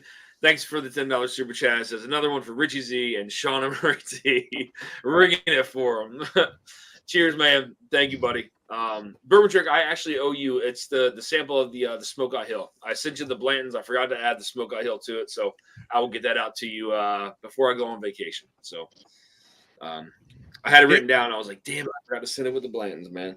If we may amazing. do a quick sidebar on the Smoke Eye Hill, Dan, I have one now, thanks to Jigs, and I've gotten some into it. Jason. Hey, what's up, Jason? What's What's up, buddy? Cheers, fellas. I don't know. I feel like I got a bad one. I don't know. It's hard to say.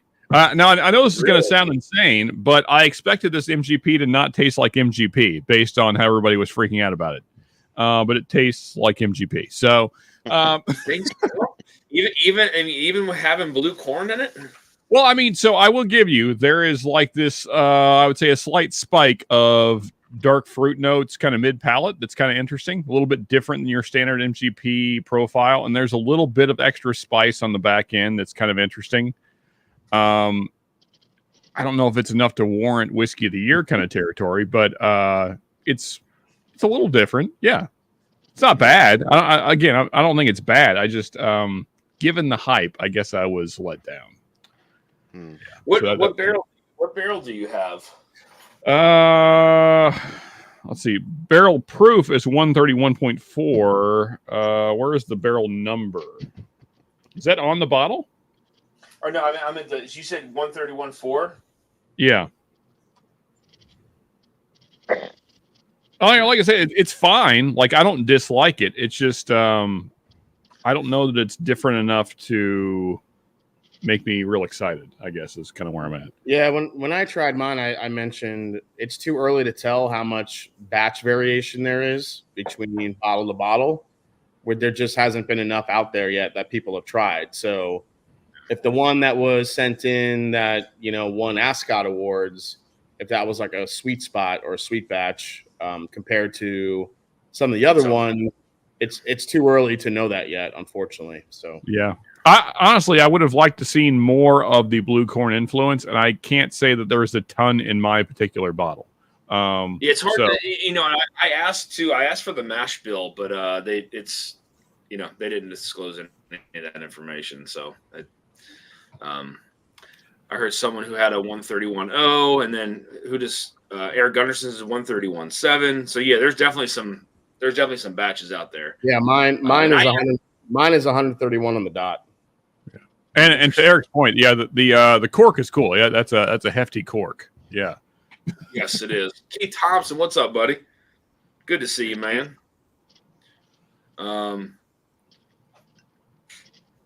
Sean Traveler, what did I say? Traveler. No, Larry, I have not.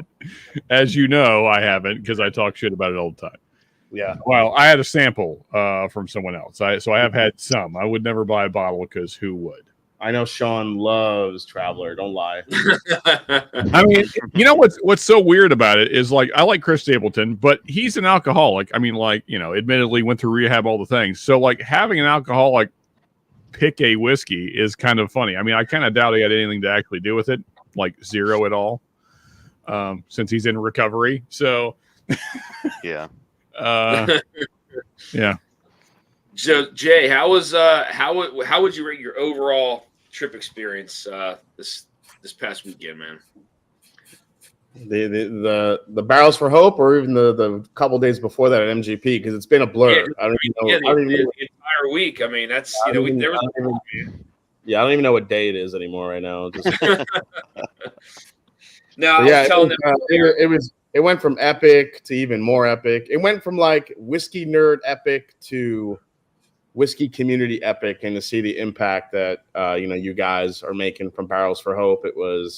I was very honored to be the MC and talk to everybody, and a little bit in the beginning and the end, and just to put everything in perspective. It was amazing. Yeah, I was telling them earlier. I mean, you did such an amazing job as the MC, man. Like, I mean, you could just tell, like, as soon as you got up there, it was just you flowed with it. Like, you could tell that you had that experience being up there, and yeah, and that's not too bad. I spent a good amount of time in my opening remarks. I wanted to make sure I pay tribute, to you guys, the founders, and then obviously, kind of the evolution of, what Lance and Renee went through to starting Barrels for Hope, and then, just what it means to the community and the community as a whole. So, yeah. It was great, man. It was. I was telling everybody else.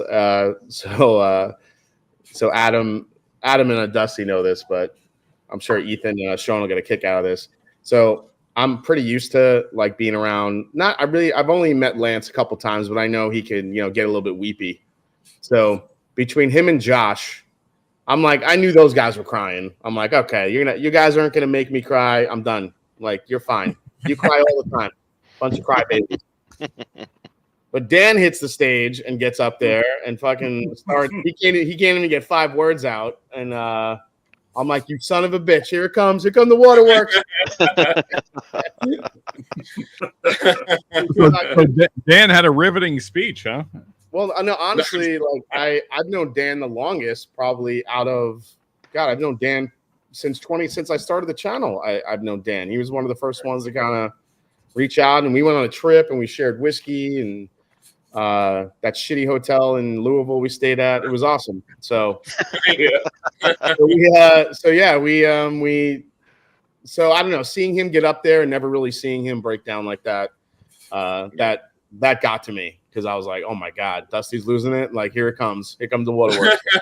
it was just par for the course, man. I had to follow suit, right? Like, I know, but I mean, yeah, but it was hilarious though. You kind of made me laugh though, when you're just like, you're trying to talk about the Folds of Honor charity, and you're just like, this person, and I'm just gonna invite her up here. I can't talk anymore here. Like, you're just gonna really get through it. Yeah, I think the crowd got a little kick out of that. So yeah, it was. Yeah, I already saw people crying when I was up there in the beginning. I'm like, friggin' already Josh was losing it. I'm like, Josh, it's a little bit early for the tears. Come on. Yeah, fuck up, buddy. It was, for me, I think the one that hit me the most was Make a Wish. Fuck. Yeah, that was a tough one. Wait, which one? The Make a Wish Foundation. Oh yeah. Because he's up there. Yeah, because the kid was there, and he's thank you. And his mom. Yeah. Oh. Yeah. Then the kid gets on the microphone's like, "Thank you for my trip," and I was like, that's it. So I mean, now you guys got to go deeper. We need to all cry now. So. Yeah, it was an amazing week and weekend. Like I said, the whole MGP trip leading up to that. It was a long and busy weekend, but super special on both accounts. Yeah. What if you don't mind me asking, what was the situation with the kid that was the Make-A-Wish? He had a brain tumor, right? Yeah, Oh man, it was a brain tumor. yeah, that's rough, man. Yeah, but he's all recovered now. So. Oh yeah, Yeah. oh, that's awesome. Yep. Yeah. Yeah, that little kid came up to me. I was wearing my Jordan 11s. He's like, "I like your shoes." Yeah. There you go. I was like, "You're a cool kid. I'm glad you're here." Man, kids shouldn't have to go through that. I know, Yeah, man. I know, but yeah, all the charity, it was great. Rocked it. Appreciate that. No, I appreciate it, man. Thanks for the invite. It was just fun to be a part of it, and it was a lot of fun. A really amazing group. So we got Fred a Barrels for Hope custom ascot. Oh, seriously? He put on. Oh, Yeah, nice. and then we got Jason. The some custom. Yeah, I got them here. Got him some custom what? Drumsticks. Oh, okay. Well, that makes sense. Yeah, I can't even play with these, but they're really cool. So yeah, these cool, You these cool can. drumsticks, and then it comes. Let's see, it has they can see that. Let's see the Barrels for Hope logo kind of etched into the sticks. Oh yeah. Yeah, man. Yeah, really, really special. So yeah, you guys killed Ash? it. That was a hell of an event. Yeah, man. And then But yeah, I think they are ash. Like, They're pretty light. huh? I said Adam asked if they were ash wood, and I think he's right because they're pretty light. So I have no idea what that means, but So not for going hard on the drums then. Ash is yeah. great. It's super strong. yeah, they are strong. Yeah, Oh yeah. Okay. yeah. Adam was just looking for an ass stick. Don't give him credit. Ass. Yeah, to the ass. I think Adam just wanted to say ash or ass. Adam, you're a wood guy, right? It feels like we've had this conversation before. I Like, know my way around wood. yeah. I mean, really, no puns intended here. Yeah. So Adam, I meant to tell Adam. So funny story, Adam. You were kind enough to try to wait online to get me one of those Michter's thing, and they ended up being the 2023 Shanks and Bomb Burgers. Guess what I get in the mail today from Michter's? No shit. Oh. What? That's something. Is that That's oh cool, my man. God. I'm glad. Yeah, they sent me. Good. This is the first year they've ever sent me these two. Usually I just get the Michter's, like the Michter's 10 years, or like if they do the barrel proof rod. They've never sent me bomb burgers. They've never sent me the Shank burger together. So I hope they're good. me too. So you want me to just keep these then? Just flip them. I'm not gonna flip them. I can't. Yeah. Flip 'em. There's a big giant sticker on the back that says "not for resale." I'm like, okay. Pretty sure you can scratch it all. Yeah, become a part of the problem, Adam. That's Yeah. No.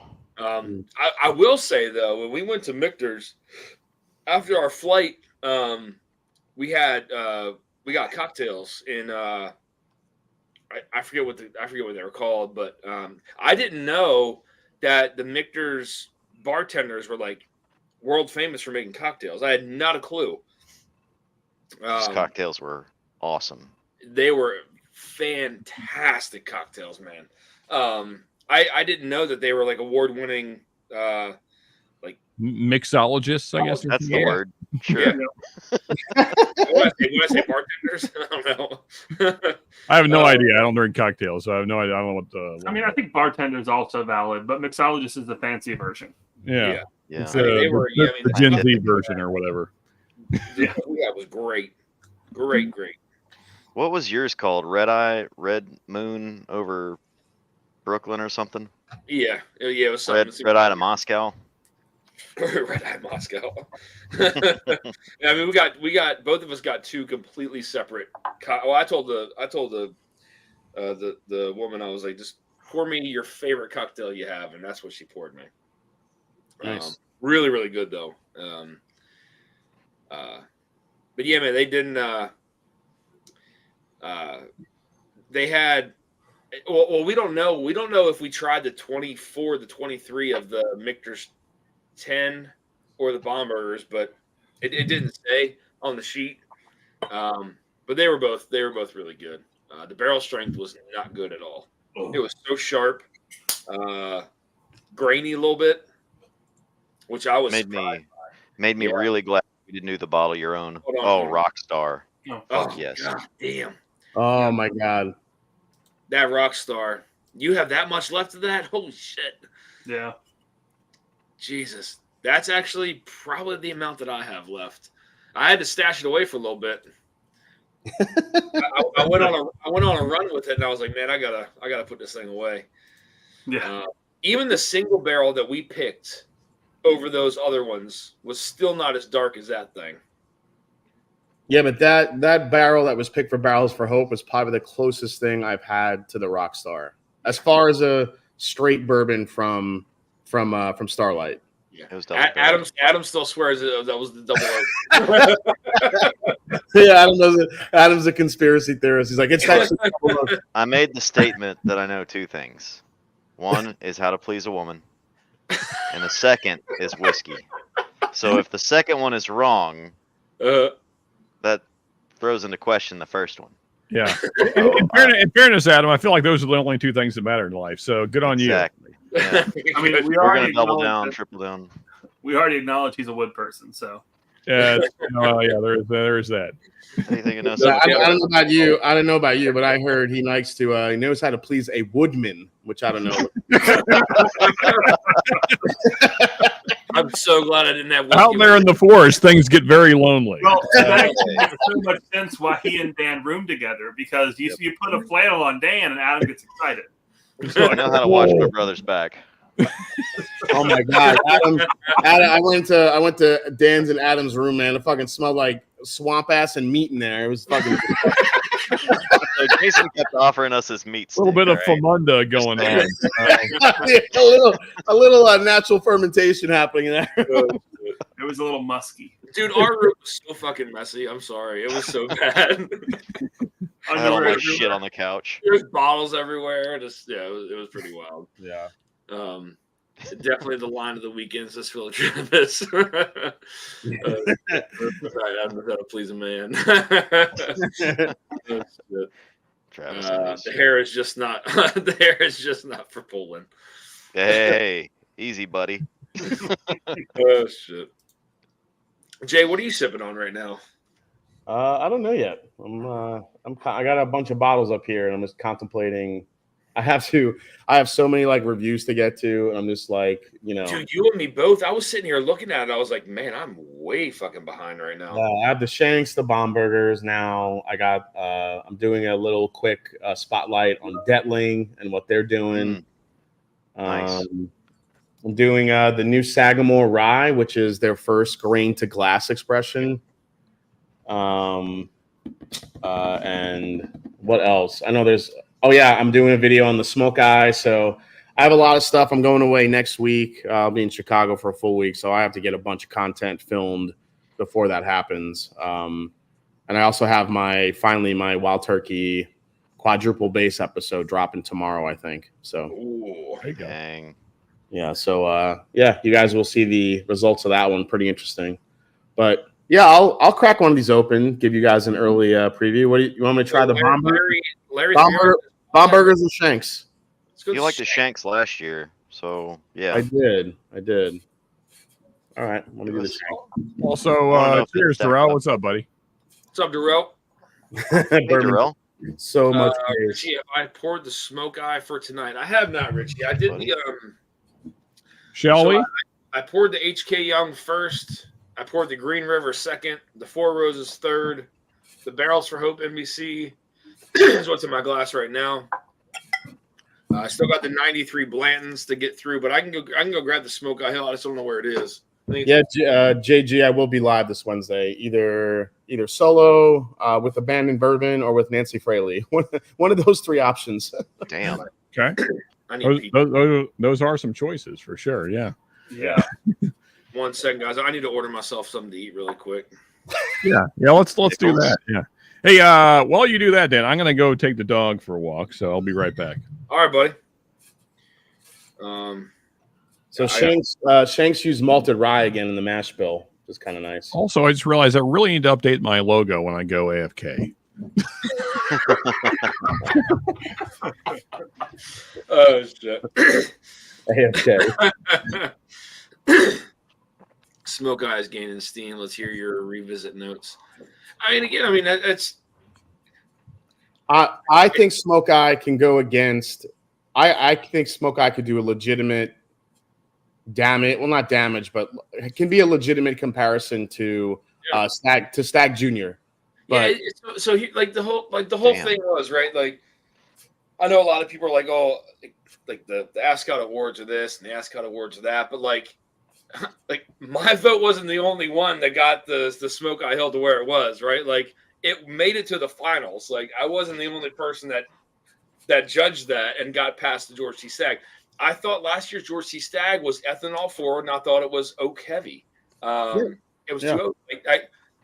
It's nothing against it. Like, I love the profile of George T. Stagg. Don't get me wrong. I love Stagg. But I thought, and not only myself, but other people thought the Smoke Eye Hill was really good too, man. I agree, man. I could see that Smoke Eye Hill giving you that big burst of sweetness using those heirloom corns. Yes. And just kind of taking over the palate, being a little bit more creamy. And I could see why people would like that. Plus, the proof point punches you in the mouth just like a George T. Stagg does. Yeah. And if you don't like oak, which I don't think Fred's a big fan of oak. So I could see that one going past George T. Stagg. Last year's George T. Stagg, yeah, because it is oak forward, right? So, and it does come off a little ethanol heavy, but like now, if you were to compare that to like there's a whole bunch of Stags that would just destroy it, but like the 17 Stag, right? The 2017, that would kill the Smoke Eye Hill. But yeah. Again, like you would think that like that is a no name. They're a no name company, no name, like nothing out there. Well, not anymore. So it's it's not like they're trying to promote this thing, this traveler, if you will, right? Which I didn't have in mind, by the way. I can show you my list if you want, but I didn't have that in mind. But it's not like they're trying to promote something, right? These guys are out of Colorado Springs, Colorado. They source from MGP. They're a four grain with blue corn, high proof MGP. Buying stuff and bottling it, barreling it, aging it out in Colorado. Like, it's just, that's what it was. It's nothing special, but it won some of the judges over who judged it. So I don't know. That's all I can say. So I am going to have an alternate viewpoint here. I think this could actually hurt Smoke Eye because it's setting the bar for them so high for the next release. I completely agree with you. Now the expectation is that it's going to be where it was, or it's going to have to be better. So I agree with you 100%. And if they're a smaller company trying to blend barrel-proof whiskeys, that shit's hard. Well, I asked Ian. Yeah, I asked Ian when I was there at MGP. I said, "Hey, the 4 grain that you guys do with the blue corn." He's like, "We only made very small quantities of that." So I don't know if they only made it for them and someone else, but I've never seen MGP use that blue corn in anything else. I don't know if anybody else has, but I bet you it was an experiment. And then What's up, Vic? Smoke Eye was able to What up, buy it y'all? for cheap. Cheers, Vic. What up, Big Because, Pozo? Sugarfield What down up, in Fonzie? Louisiana, right? Yeah. Yeah. They buy some of those different mash bills, and I'm convinced it's because they can get them at a better price. So I do think it was an experimental blend. It had to have been an experimental blend because he said it was something that they only made small batches of. So Here's Vic. that would only make sense. What up? But I mean, again, hats off to them. I mean, they did. I think they did an amazing job with it, personally. So, This Shanks is different. Is it? Uh-oh. Is that the new one? Yeah, it's got a like a barbecue sweet smoke on it. Ooh. So they used malted rye, and for the first time caramel malt in this. Oh. So that's what's in Really? the Shanks this year. Like the hard truth? Yeah, a little bit.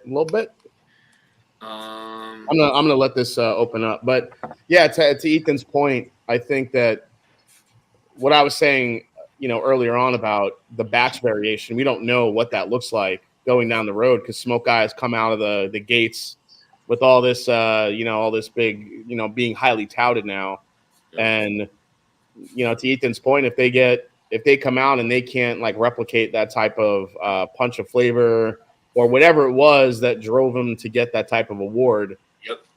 Then that could be problematic. What is that? Oh my God, that barrel! Yeah. Is that what you got left? Yeah. That Nashville single barrel might be one of the best ones I've ever had. That thing is ridiculous. That was crazy good. Every single person who tried that was like, "What the fuck?" Sad. That thing was full.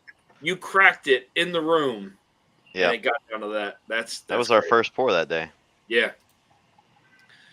Holy I lucked Larry Piron. I lucked into a Stag 23C at Bevmo for $72. The only one they got. Nice, solid.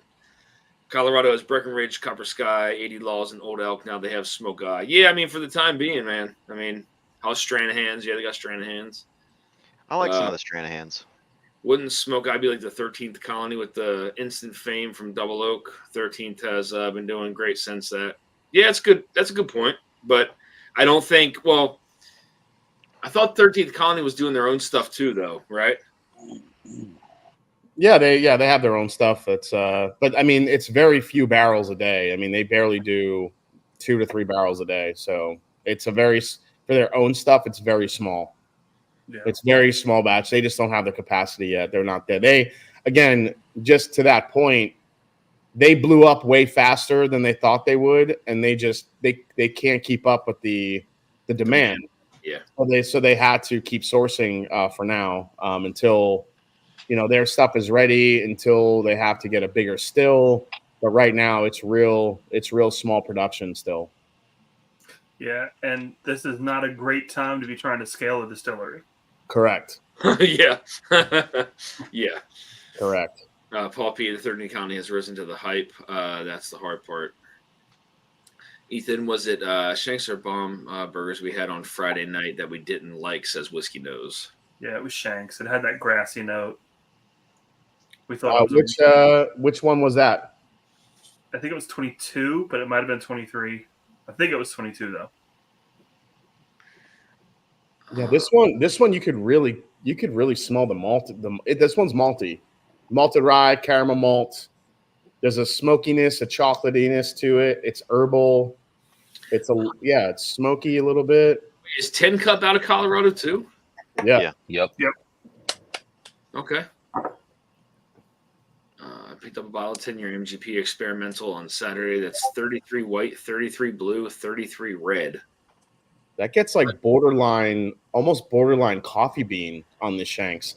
That is the darkest Shanks I've ever had. Really? That's gonna change up the Shank burger, I think. Shank burger. A well done burger. Yeah, well, it's gonna be a little well done, I think. It's gonna be well done. Oh shit! Nick, what are you drinking, buddy? I'm about to do a blind. Oh, yeah. I'm gonna see if there's any more of these bottles of the Pelotonian. Do they still have them? Probably not. I'm gonna message the person responsible. The first responsible. Yeah, could you put in a good word? I'll buy 7. Travis Robeson says they only had 11 barrels. What? Oh, of the one that he had, the 33 white corn, 33 blue corn, 33 red corn. That's interesting. Very interesting. Yeah, I mean that's the problem with hitting it big off those you guys sorry, not to cut you off. You guys can keep going. I got to mute myself for 1 second. But yeah, that's the concern about this experimental mash bills. You know, you become a one-hit wonder. Yeah. Potentially. Again, I hope they keep rocking it. You know, and it's all great. But it's big shoes. Yeah, especially with that type of fanfare coming out of that. Yeah, exactly. Yeah. Again, it's always just hard to tell how much stock people put in those awards. I still feel like the San Francisco awards get the biggest kind of punch and the biggest like boost. But I feel like the Ascot awards are creeping up on their heels though. Yeah, I think I'd say it's probably San Fran, and then what's the magazine? The Whiskey Advocate. Whiskey Advocate, and then I think the Ascots are coming up.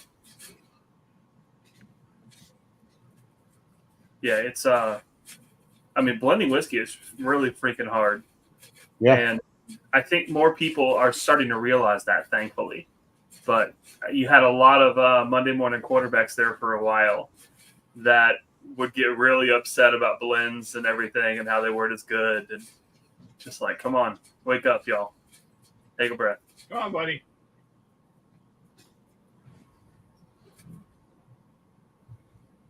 Yeah, I mean, there's a reason that people like Nancy Fraley are so well known, you know?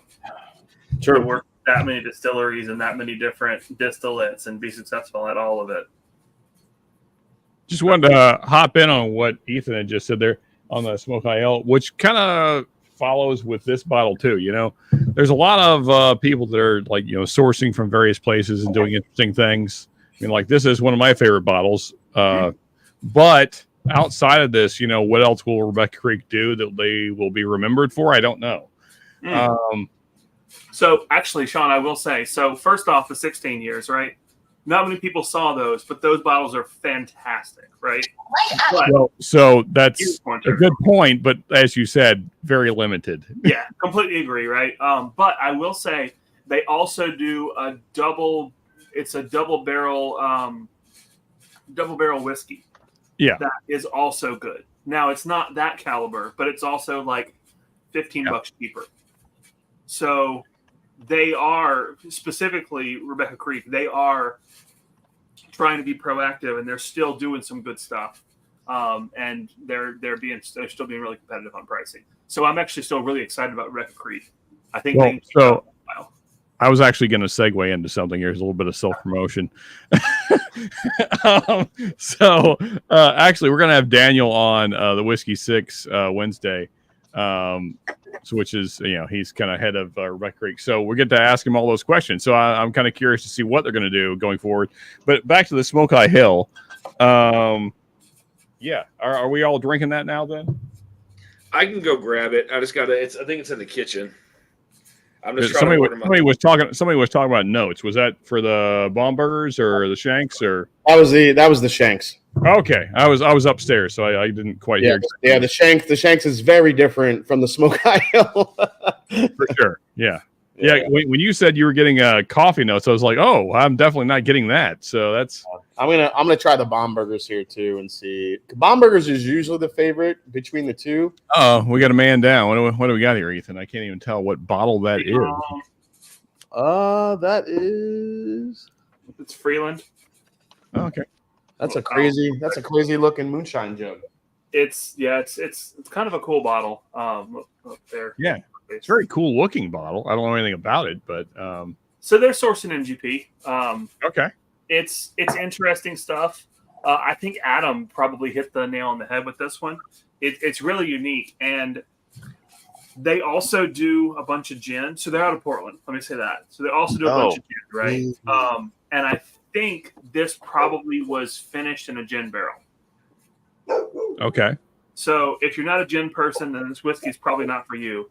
But it's got like a lot of that herbalness, and it just is an awesome like additional layer of flavor for me. Be right back. But it's young MGP. But I think they're finishing it and giving it an interesting flavor profile. I don't know where the bottle is, man. I have no idea.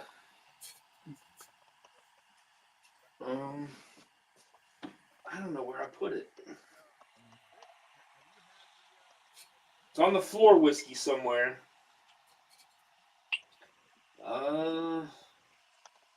Shit. Where is it?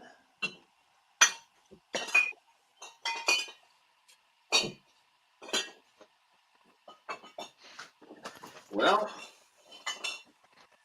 you guys still there? Yes. Okay. We are here. I don't know where it goes the bottle. Did you check your bum? I did check my bum. Hey, Vic, have you had the Smoke Eye Hell? Sir. What are your thoughts? I've kind of gotten the thoughts of other folks on the panel here. I'm just curious. Not your tasty notes, bro. That's for sure. That's pretty generic, but okay. No, Whatever. it's good, dude. That's a good ass fucking whiskey. I don't know what So, I did. It's not a GTS. And I have the exactly. same proof, 131.4. The same one. Okay. So, did you get yours from Jigs? No, I got mine from the store. Oh, okay. So it is possible it's a different batch, even though the proof is the same. Maybe. What's the laser code? There you go. That's all that matters. Drink. Yeah, actually, is there a laser code on these things? I imagine there has to be. Cheers, Bourbon Engineer. Good to see you, buddy. 13th Colony officially sourcing. Tennessee Distilling Company, which I'm a fan of. 13th Colony is sourced from Tennessee Distilling Company. What? That's who said that? Travis. Yeah, where is that? I'm curious.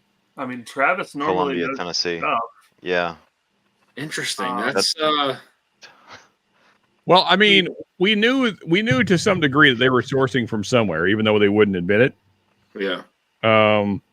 Yeah, So- I think the reason it's surprising for me, Sean, is because TDI is relatively young. Oh, that's true, and they have some Yeah. really old stuff they've been putting out. So that Exactly. Yeah, that's why it's surprising to me. But it's possible they bought some old barrels from somebody, and they've been releasing those slowly, and then like their cash strength blends and their shelfers, they've been getting TDI. I mean, in general, I like TDI stuff, right? I've Milo and Green has put out a bunch of single barrels. Uncle Nearest is built off of that juice. Like, there's a lot of really good juice coming out of there. But now, Vic, you're firing a little bit of shots at me there. But in full transparency, though, you're a bigger standard MGP fan than I am, right? Yes. Am I right in saying that? Yes. Okay, yeah. Yeah. So, like, and again, like, I don't think there's anything wrong with this bottle, especially if you're a huge MGP fan. I think this will be very pleasing to you. But it is very MGP to me. Like, there's for me, there's nothing here. It wasn't MGP to me. Interesting. Okay. Well, what's That I mean, blue corn changed it enough Yeah. that it's not your regular MGP profile. I didn't say it was regular me. MGP, but you know it's MGP. Like, you wouldn't think it's something else, would you? Dude, honestly, I didn't even at first. I didn't even thought it was MGP. I thought it was something Okay. else. I thought it was a Barton shit. I'm not down with MGP, Larry 3R. I think it's good whiskey. That's all I can say about it. Ed Williams. Cheers, dude. What's up, man? Dan had some serious hand talking going on while he was muted. No, my uncle's up here. He's staying up here for the night, so comes by every now and again. Jeffrey Wack, cheers, man. Good to see you. Jeff Hello, Whack. friends. Saw the press release about the next JD Distiller series going to be a double oaked rye. Oh boy, that's pretty sweet. Go grab it in, Richie. I can't find it. Dude. I must have took it home. I had to have taken it home. I can't find it anywhere. It's not on my floor whiskey. It's not on my piano whiskey.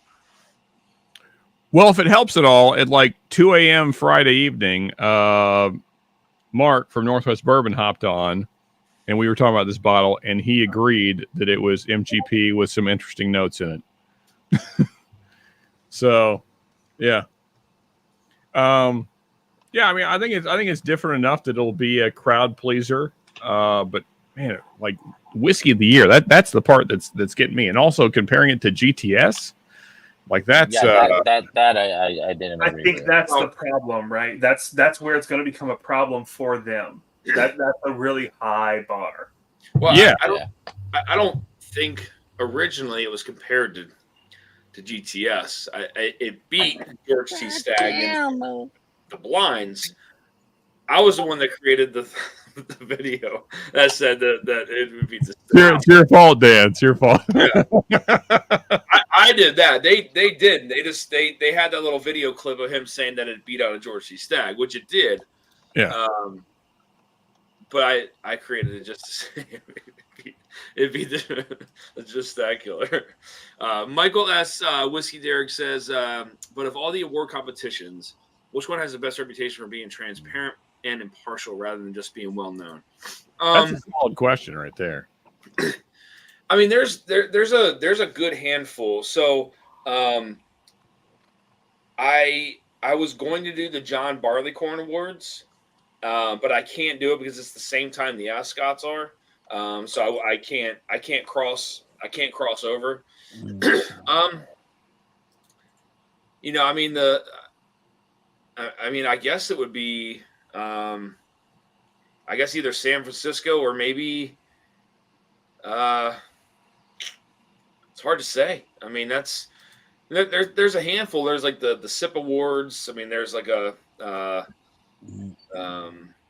there's the Ascots. There's the John Barleycorn Awards. There's the San Francisco Spirits or the San Francisco World Spirits Competition. That's a fair point there, Ethan. I'm so like I don't know much about the San Francisco Awards. So for those that do, please inform me and the public. How transparent are they compared to, say, the Ascots? Which, I mean, we always give Fred shit, but are the San Francisco Awards any different, really? I don't know. I mean, San Francisco is like, I mean, they're really the top. That's probably the biggest competition that for sure, the biggest awards that you get. There's nothing bigger than that. So, but on the transparency front, are they in a different, like, what do we know about the transparency? Runs, it's all really who runs it. I mean, no, I can't really say anything as far as. Okay, fair enough. Like I can't say anything as far as like I know what my scores were, right? Yeah. And I know a couple other judges from asking them what they rank things if they even had it in their sample kit, right? Some of them didn't have what I had in my sample kit. I didn't have Traveler. Right. They knew better. Yeah. Yeah, but like, so when you drink these things, it's not like you're drinking them like in a whole, like a flight, right? So you're just like pulling a sample out, tasting it, letting your palate calm down a little bit, eating something, drinking something, and then going back in. With me, I try to do it twice. So like in the categories, I'll go back to it and see after I go through it once to give it a fair shot. Most of the time I'm spitting it out though, because it's too much to take in. But again, like I mean, it's really hard to say. I mean, manipulation is obviously a thing that's, well, I don't know. I can only speak for myself. So Dan, you said something just then that is kind of informative to me as to how this may have been judged. Now, I assume at some point it was swallowed, pun intended. Yes. But nonetheless, well, I think what gives this away as an MGP to me is the finish. Like it's very MGP on the finish, and other than a slight bit more spice than usual MGP, I would spot this as MGP in any blind that anyone ever gave me because it's very MGP finish. And so that's where I think it like lacks for me is I was hoping because like I'm very big on the finish and I always look for a very interesting finish, and I don't think this really excels in that area. So like if you're in, granted you have to or else you'd be hammered. If you're going through hundreds of samples, I think because you're missing the finish, I think that's where some of these award shows are not that they're not honest, because that's not the right word. What's the word I'm looking for? It's like it's not a complete review, I guess, is because it's impossible, right? I mean, like right. Well. So how they tell you to do it is they tell you to do it by category, right? So like we had like a single barrel category, and then we had a whiskey up to a straight bourbon up to 5 years, and we had a straight bourbon up to 10 years, and then we had finished whiskeys. But they tell you to drink it by category, so you're not I want to say cross contaminating, but you're not crossing into different categories. Right. So like if you're given 6 or 7 samples from a certain category, like then like if you have 6 or 7, that you can obviously we've all drank that much before, so like you can indulge what you can, but like in a category literally like, tonight, yes, in a category like bourbon, like up to 5 years, there was like 31 samples or something like that, and like that's hard to do. I mean, you'd be wasted. Yeah, but everybody tastes things differently, right? So like I'll take the first sip, I'll swish, and I'll spit it out, just to kind of get it acclimated in my mouth. And the next one, I'll wait a minute, and I'll go again, and then I'll take the whole sample down, get the full experience, and then after that, I'll do one more and just kind of spit it out, and then move on to the next one. But then I'll go back to it afterwards, depending on how long the category is. So just out of my own curiosity, and maybe someone else will find this interesting. So like when you're going through the process, say you have 10 to do that night or whatever the case is. Once you narrow it down to like, say the top 2 in that flight, do you then go through the whole process of, picking it apart, going through the mid palate, the finish, all that? Like on those, say top 2 or 3, whatever the amount is you narrow it down to. Yeah. So like, I mean, that's really what it comes down to is like, it really just comes down to like, so in that category, like I tasted like Hidden Barn was in there, right? And I graded it very low. I can show you on my scorecard. I graded it very low. What was the lowest was Heaven Hills, was it Square 6 or something like that, or whatever. Yeah. Yeah. That was my very bottom. Is that those new blends? The new? No, it's a bit older. Yeah. Okay. The last The couple new one years. shown is like Five Brothers, I think. What is it? The Five new Brothers? Evan Hill or Evan Williams technically blend is I think Five Brothers. And they've also got that grain to glass. Yeah. Whiskey Tornado, cheers, dude. Yeah. Great to see you this weekend, man. Ed Williams with a $50 super chat. Good light. Thank you, Ed. Cheers all. Hope everyone had a great weekend. Ed, thank you, man. That is greatly appreciated, my friend. That's You are fucking rigged. Rigged. I'm sorry, guys. I'm a little behind on chat. I was just trying to. Right. Also, Also, Sean, I'll answer your question in 1 second. Oh yeah, you're good, man. I beat Wild Turkey 17 bottle and bond in a blind flight. Hey Dan, real quick. Yes. Can you check your phone, please? Yes.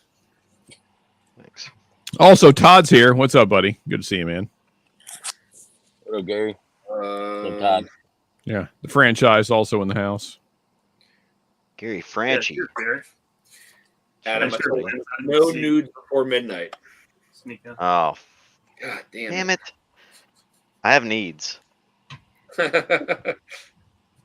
That was pretty clear from the hotel conversation earlier, Adam. But now it's all making sense.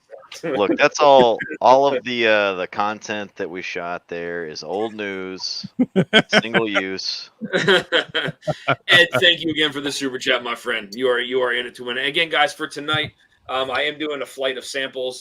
There is a Smoke Eye Hill sample that is provided to from Eric Gunderson. So we have a Green River pick. This is from Justin's House of Bourbon, 131.6 proof, 131.4 proof. I apologize. It's called Hickory. The barrel's from Very good. Four Roses pick, 11-year, 1 month OESF. Jesus. That will be in the flight as well as a sample of the 93 Blantons, as well as a sample of a new and upcoming distillery called HK Young out of Hopkinsville, Kentucky. A straight bourbon whiskey at 6 years old that is toasted. And then a sample of the Barrels for Hope Nashville Barrel Company pick. All of those are monsters. Yes, that is What the hell? that is in the 3 giveaways tonight. That's Very ridiculous.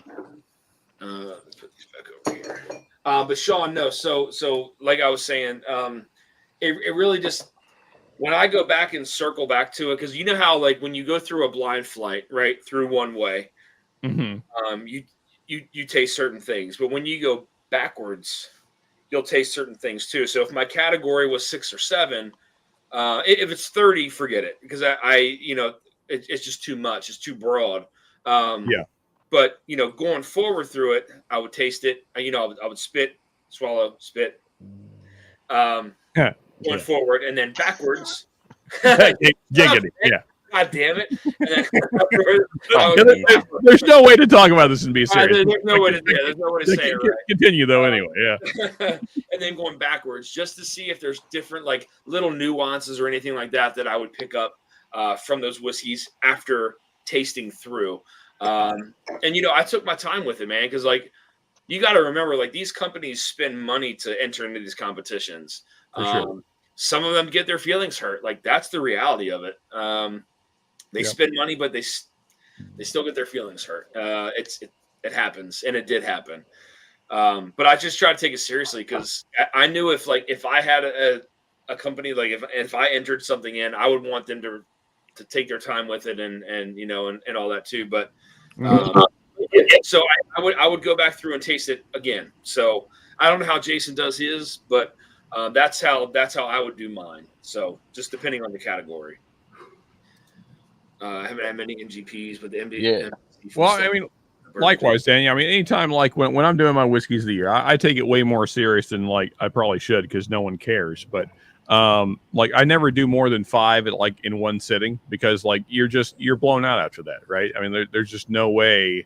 Like, if you're doing more than 5 whiskeys at a time, and especially, like, if you're doing cask strength, which is usually what's in my whiskey of the year category, there's just no way. Like, if you're doing more than 5, 6 is really pushing it.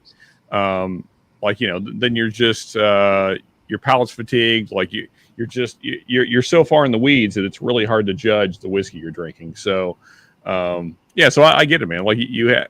So I'm glad, and I'm sure Jason's the same. Like, I'm glad there is some diligence there, and so I don't doubt your guys' notes. I guess my personal thought is, and this is kind of like the guess of a lot of other whiskey personalities out there, is that the bottle that was sent in was an absolute hitter. It could have been a honey barrel. I mean, for sure. Yeah. But it's hard to say. Ultimately, I mean, that's.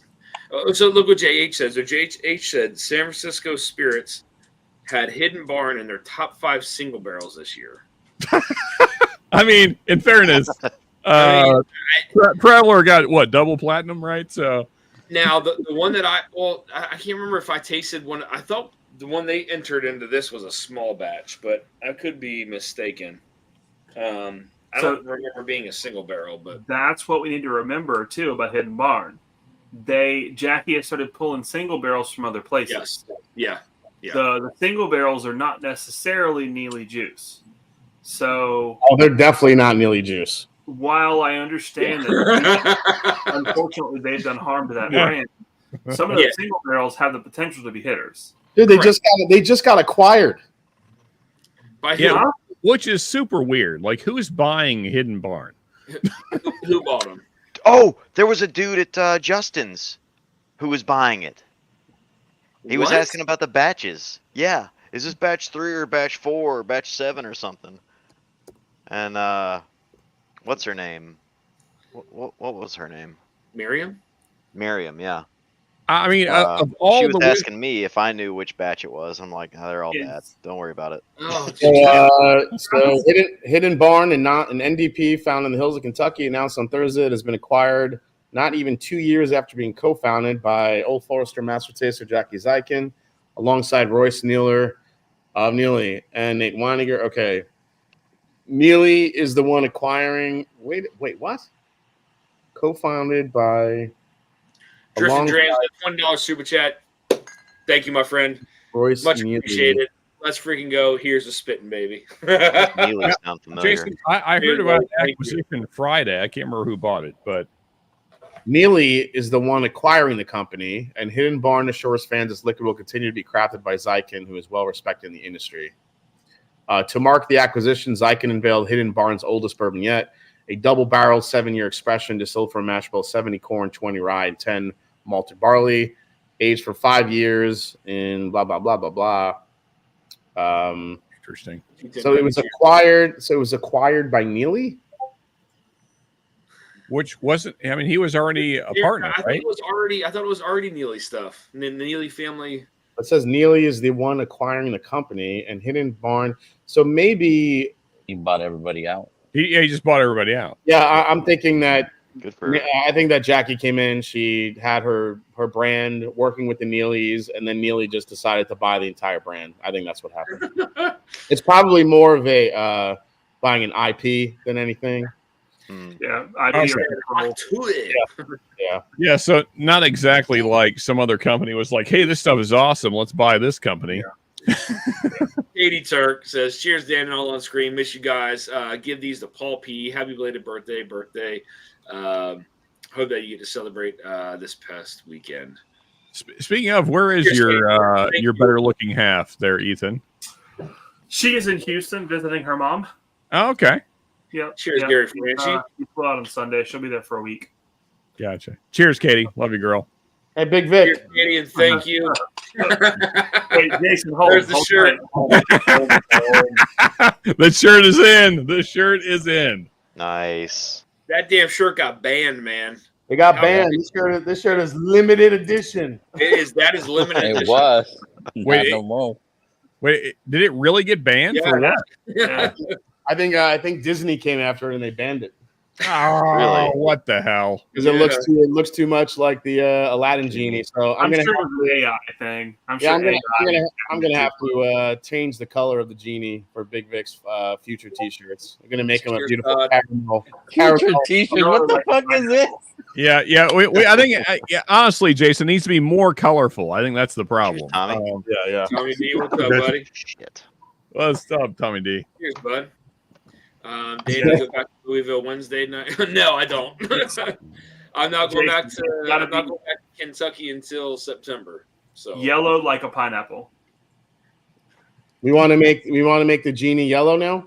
Like a pineapple, yeah. I mean, that makes sense with the Samoan theme. I'll make his genie hat green on top of it, which will be perfect. Yeah. You could just make the genie hat a pineapple, and then there's no complaints. Hey, listen, Sean. There's a line here. I'm only. Oh no, there's not. There's no line. There's no line whatsoever.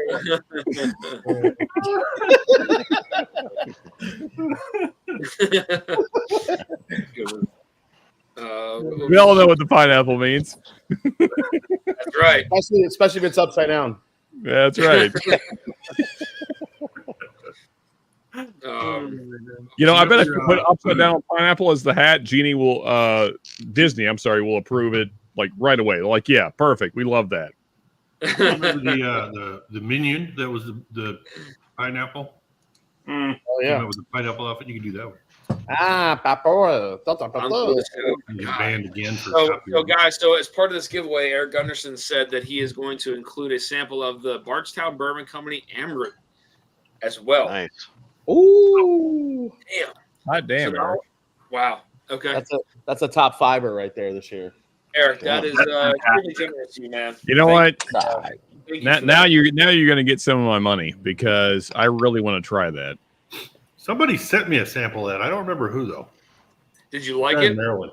Some guy in Maryland. Oh yeah. Some guy in Maryland. Oh yeah, Tommy, I remember you trying that on one of the live streams, and you were kind of. I wasn't sure if you liked. You were kind of working through it. It was good. I enjoyed it. Yeah. I had it previously at Vic's meetup. Non-meetup. Turks got it. Yeah, I think because it's peated and unpeated, a mix, it could be.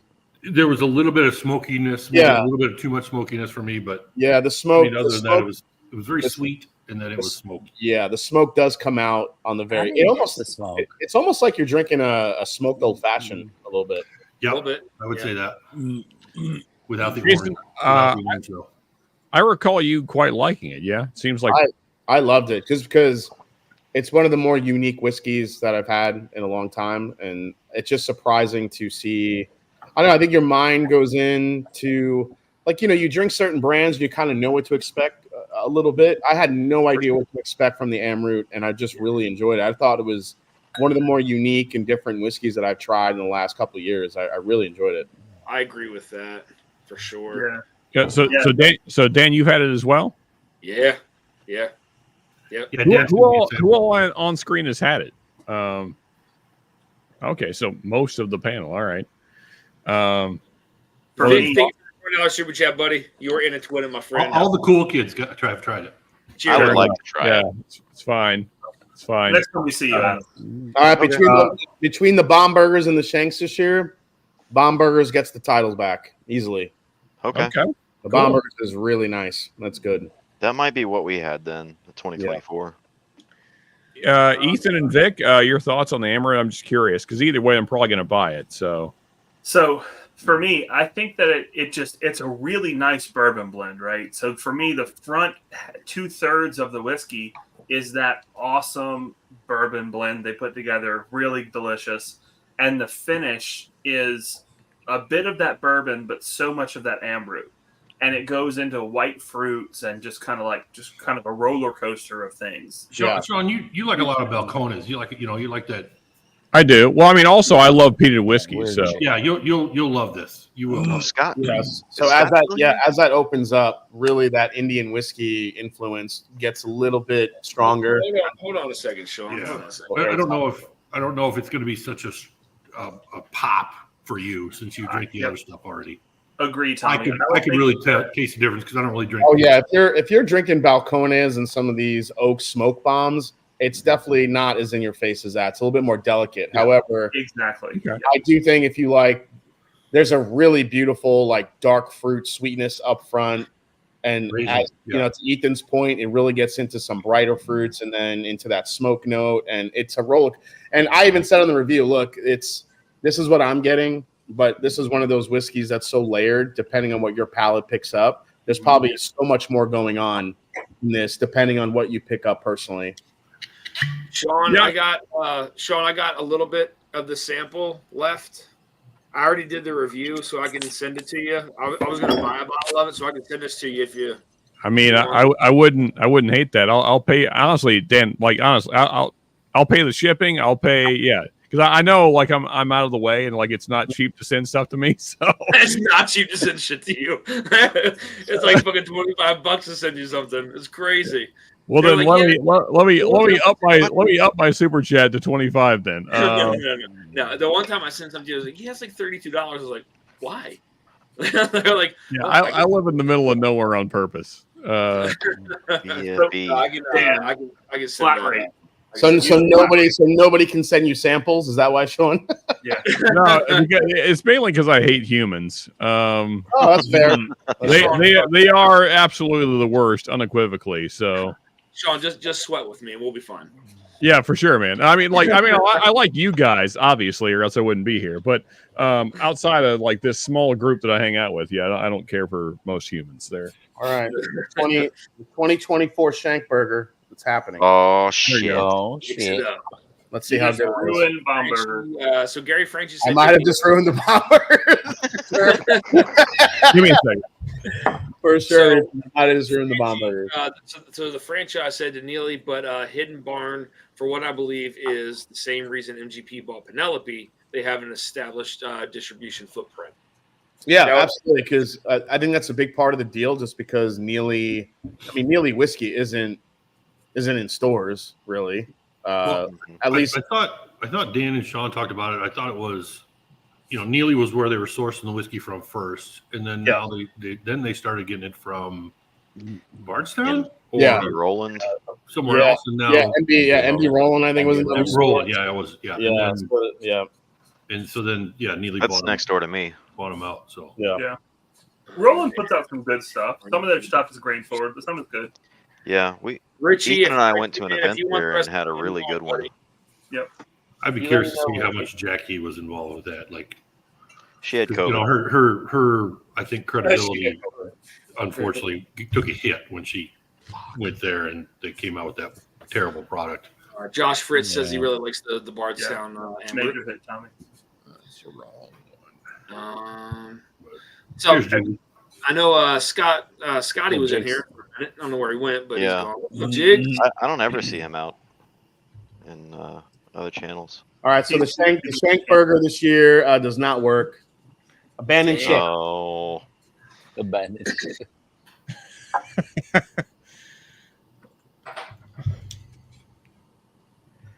So this is a really good blend from Barrel King here. This is their Back to the Future batch. Oh, batch Oh shit! I've been hearing great things about that one. We have a link. I tried that at the Barrels for Hope thing. That thing was delicious.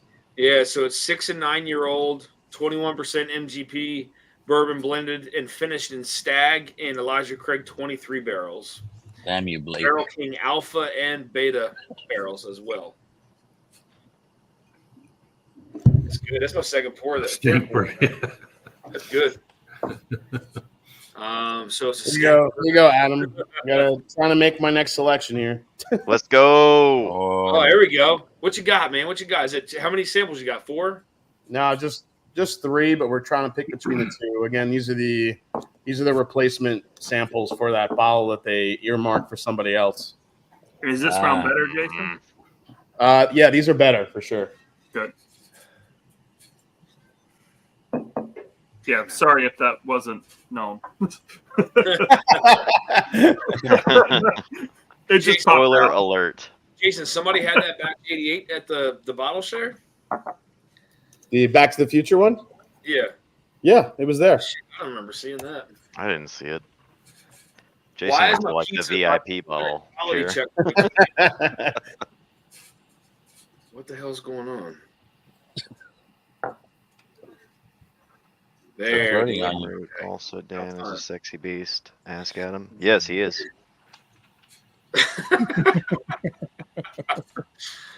Oh, thank you, Sean. Much Yeah, appreciated. cheers, buddy. Yeah, and if you like You're right. if you like big sweaty guys, Dan's the guy for you. I'm the guy. He's the I man. gotta go to the doctor about that, man. That cannot be right. Like, there's no way. I mean, so in full transparency, Dan, there are certainly some things that it can be. Now, in my case, I just happen to sweat a lot. Like I've had it checked out, but it can be like high blood pressure. It can be blood sugar issues. Like there's several things it can be. Yeah. Glandular I mean, issue. I know. I'm sure. I mean, I know. I've had it. Glandular. Yeah. If you're heavy in the pants, it also makes it happen. Heavy in the pants. Too much testosterone. Yeah. Yeah. The moister, the better. The real problem is you're trying to pack all that meat into a small space. It creates a lot of meat. Hey, I'm having flashbacks here. Oh no! The word moist is bad enough, but when you say moister, that's even worse. Not even a real word. We're still using it. Is that even a word, moister? Moistier. It's not a word, and that makes it better. It makes it better. The moistiest bowels. Yeah. Moistiest. What's up, Copper Wolf? Cheers, bud. The Good to see moistiest, you. moistest. Oh, God. The moisture. Oh God, Art Sanchez with a $20 super chat. What's going on, Art? What's up, That Art? thing Reminds needs me a of hot my- tour right there. Reminds me of Cheers, my Art. favorite baseball player, Moistus Alou.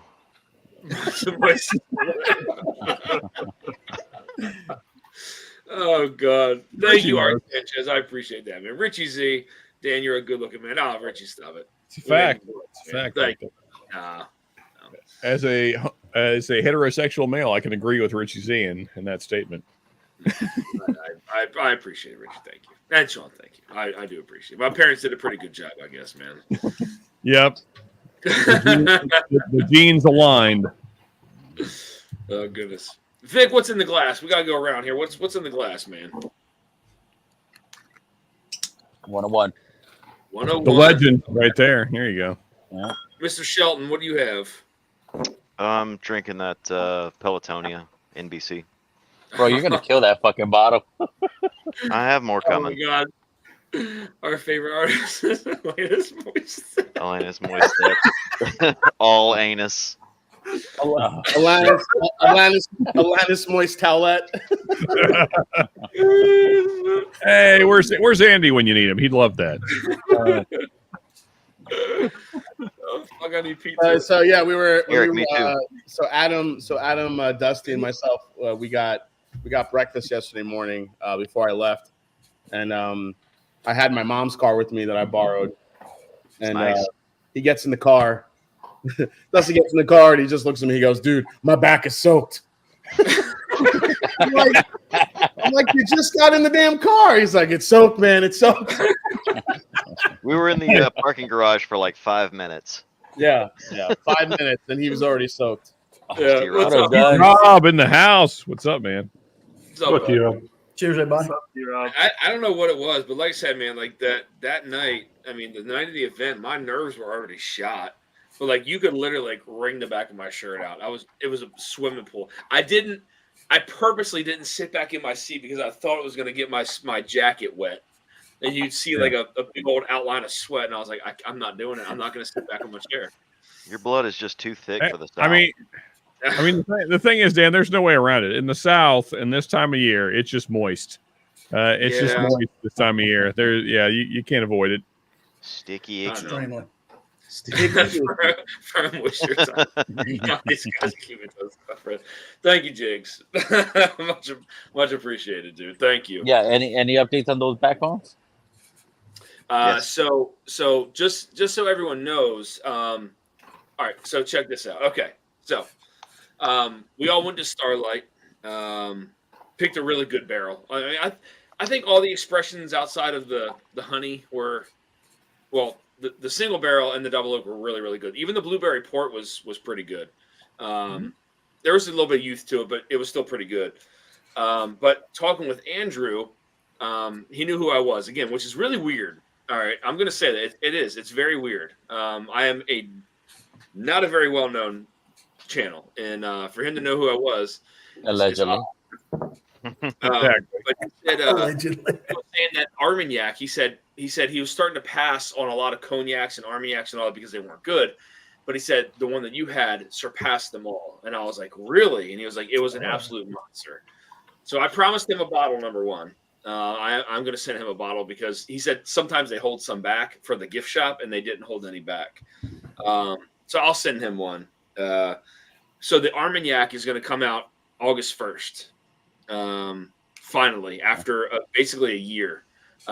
It was not aged. It was only aged, I think he said, for 2.5 to 3 weeks longer than what we originally picked it. And then it went into the Holding bottle. tank, No, it went to the bottle. straight bottle. It was just Oh, held back okay. because everybody else's Starlights went before mine, Got it. which made sense. But then, so Starlight's going to roll out first on August 1st.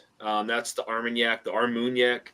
And then Labor Day, is going to be the backbone. So backbone will be coming out on Labor Day. All three of them. 4 hitters. Yeah. So that's going to be the flow of it is going to be the Armagnac first, and then the backbone after that. So that'll be the flow.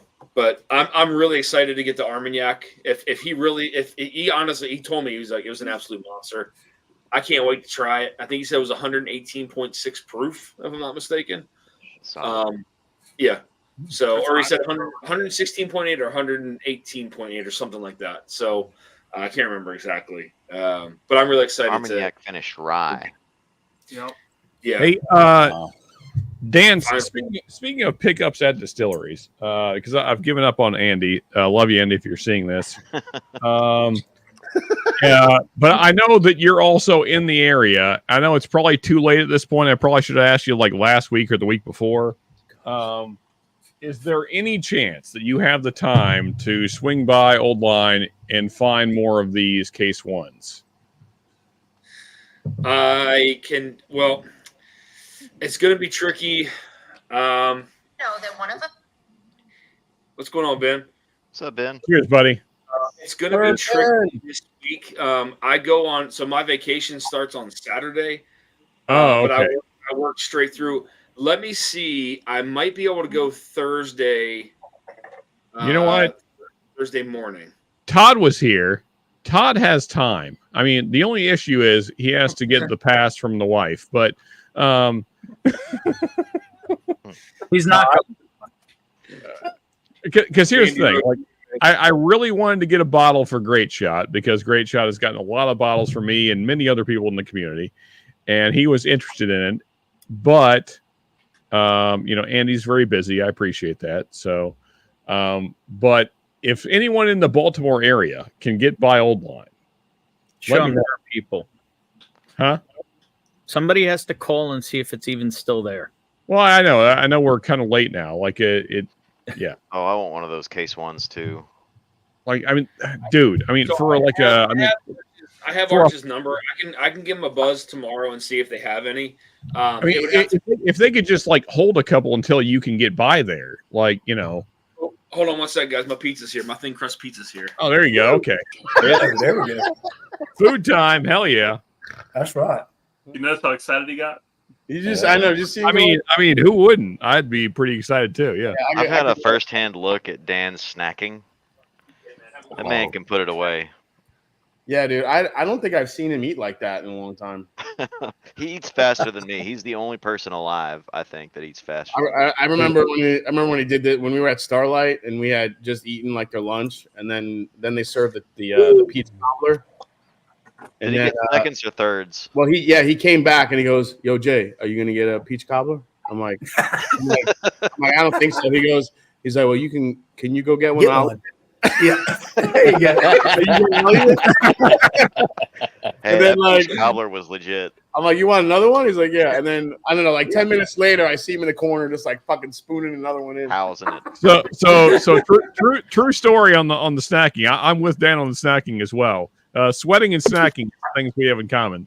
No, so like Ben brought Popeyes to the 21090, like the end of the meetup at 21090. We were at whatever the brewery was. It's fucking delicious. What was the brewery? It doesn't matter.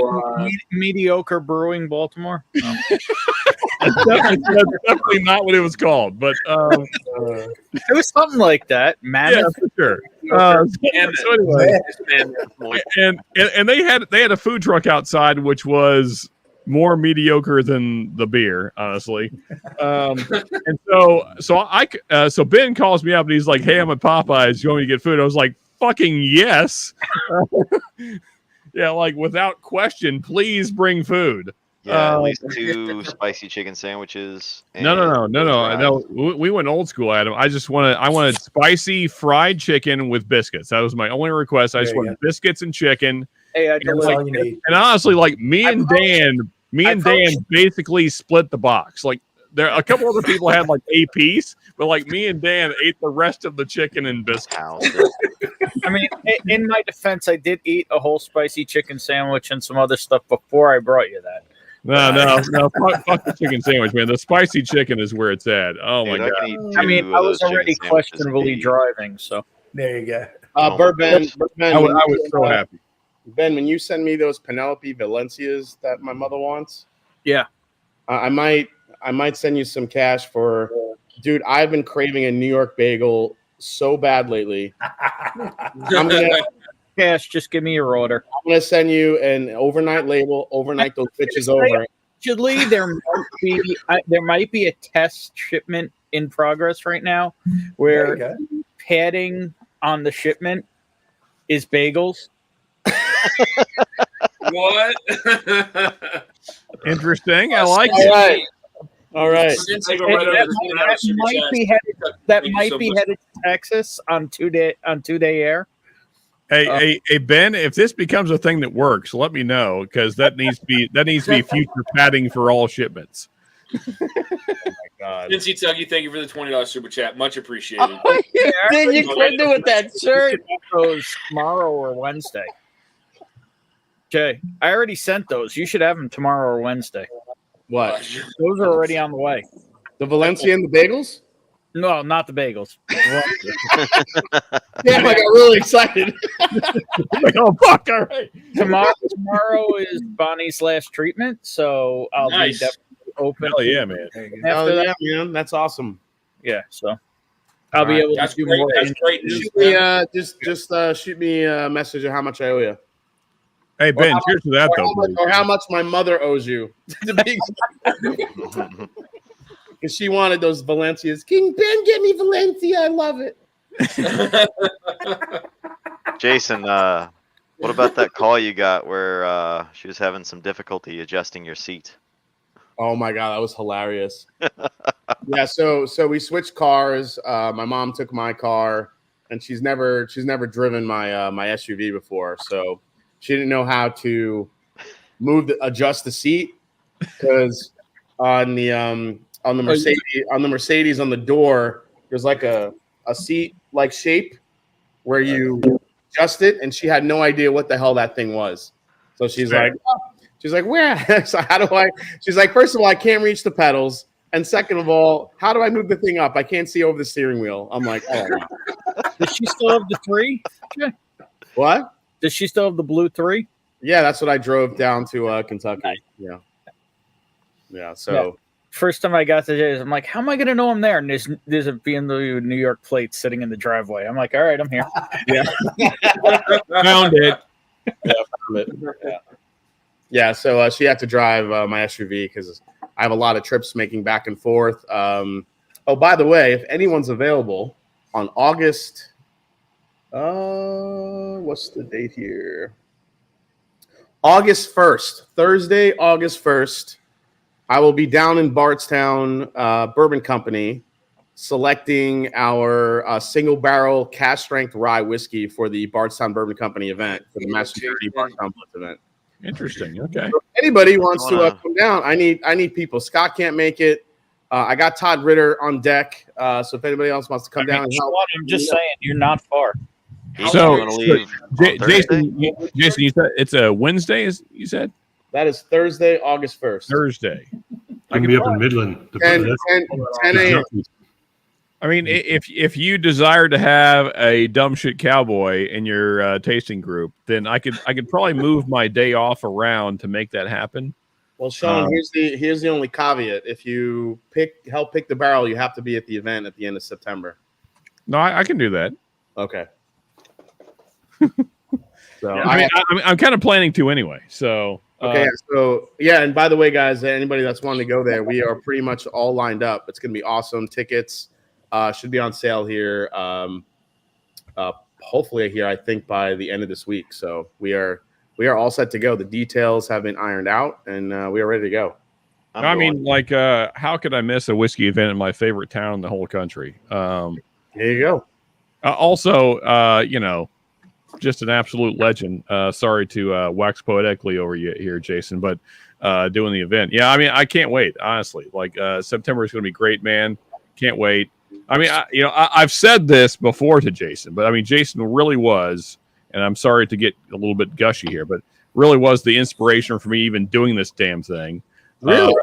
Yeah, I mean, so I think we were quite hammered when I first did this, but I mean, like the barrels like beside me, like that's your setup. That was like your OG setup. I mean, you still have that background most of the time. Yeah. So, and also too, because I was solo, like, because like you and the Junkies and like Bourbon Night, you all guys were kind of all like in the same atmosphere. But I knew I couldn't do the duo thing. And so I was like, you were, and like, too, if you look at my OG, like record content, I was doing the history thing, much like you still do. Mm-hmm. Granted, I've kind of veered off of that now, but I mean, I still think, Jason, to your credit, I still think that you do what I would consider the best. Boring. Oh, fuck you, Ben. The best honest whiskey review available out there, as far as bourbon goes. That's appreciate that, man. That's cool. That's nice of you to say. I will say, and this is kind of funny. One of the guys at Barrels for Hope, and I don't remember who the guy was. He was an older gentleman, and going back to when Adam and Dan, before Dan got into my mom's car and completely soaked the back of the chair. I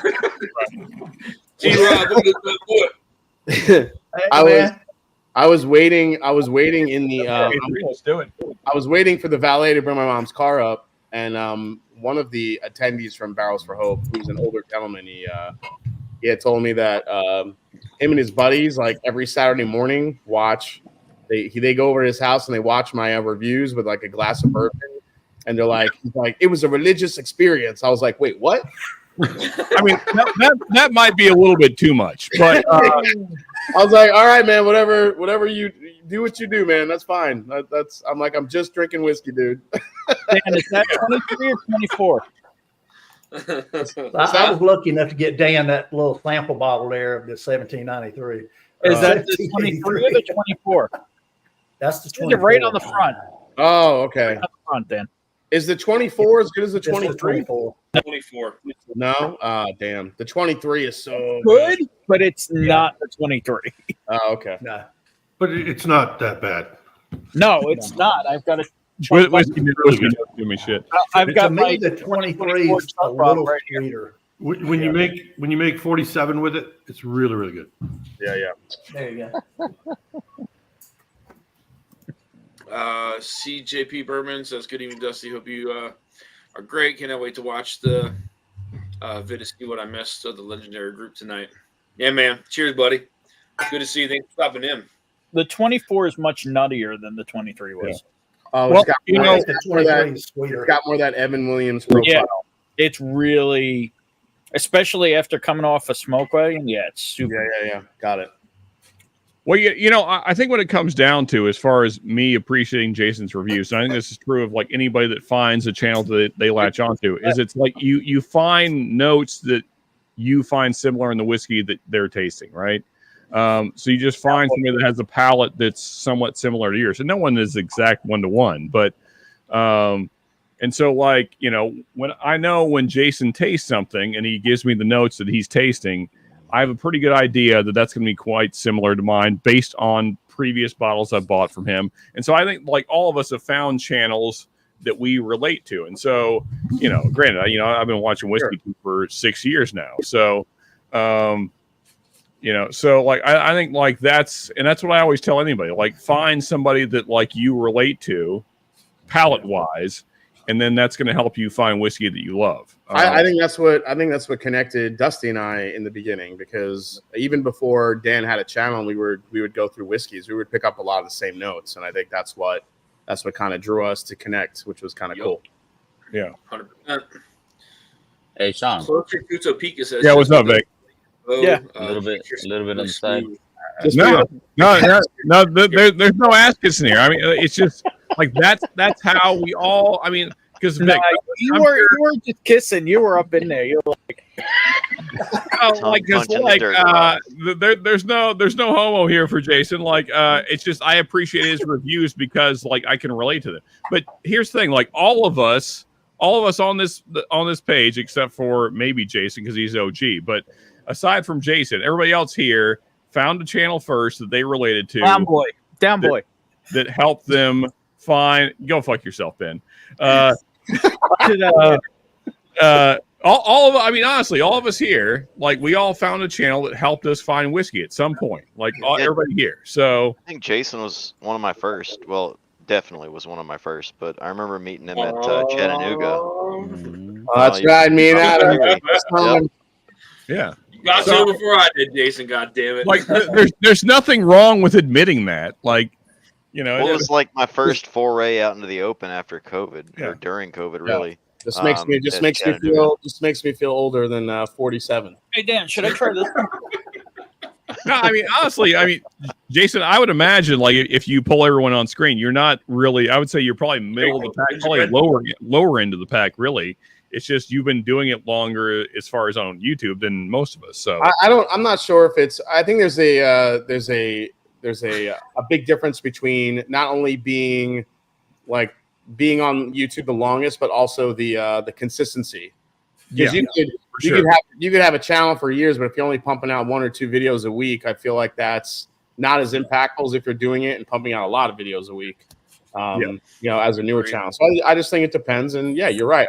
I tell everybody I meet, I'm like I've learned just as much from people like Ethan and Adam and Dan and Bourbon and other folks that I've met outside the YouTube sphere, just from talking and, you know, seeing stuff that they taste and stuff that they find and different profiles. And that's what it's about. You have to learn from others. You can't like kind of cut off that water well and see and think that you know it all. You have to continually keep learning.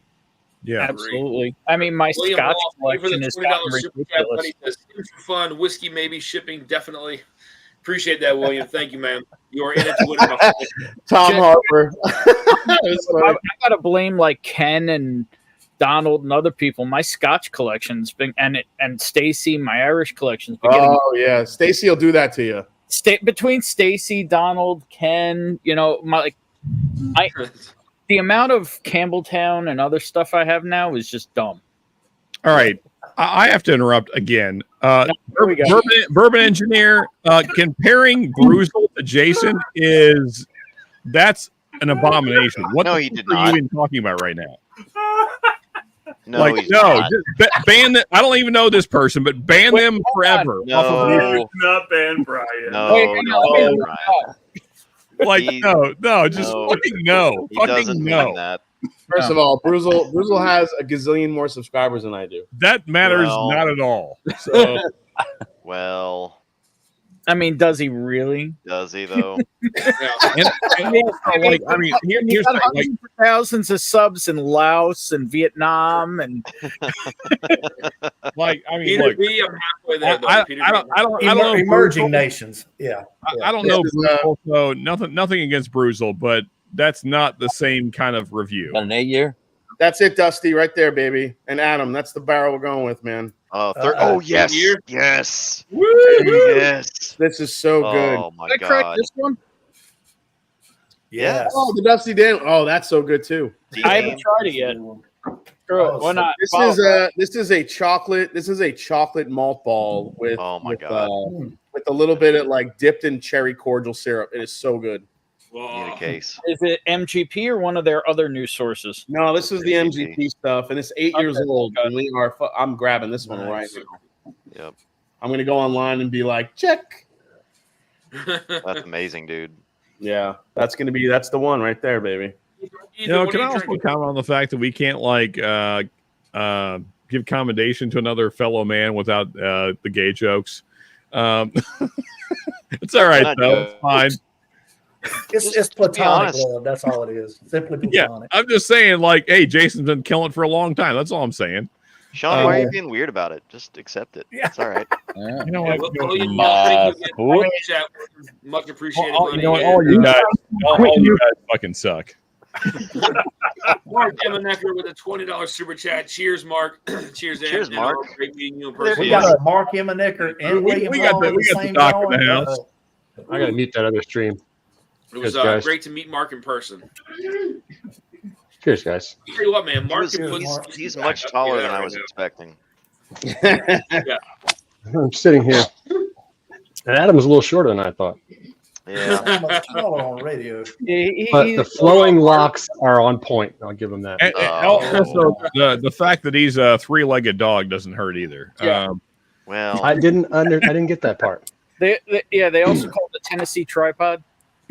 Tennessee. Hey, I had an experience at Evan Williams' experience that I don't know if anybody else ever had at Evan Williams' experience.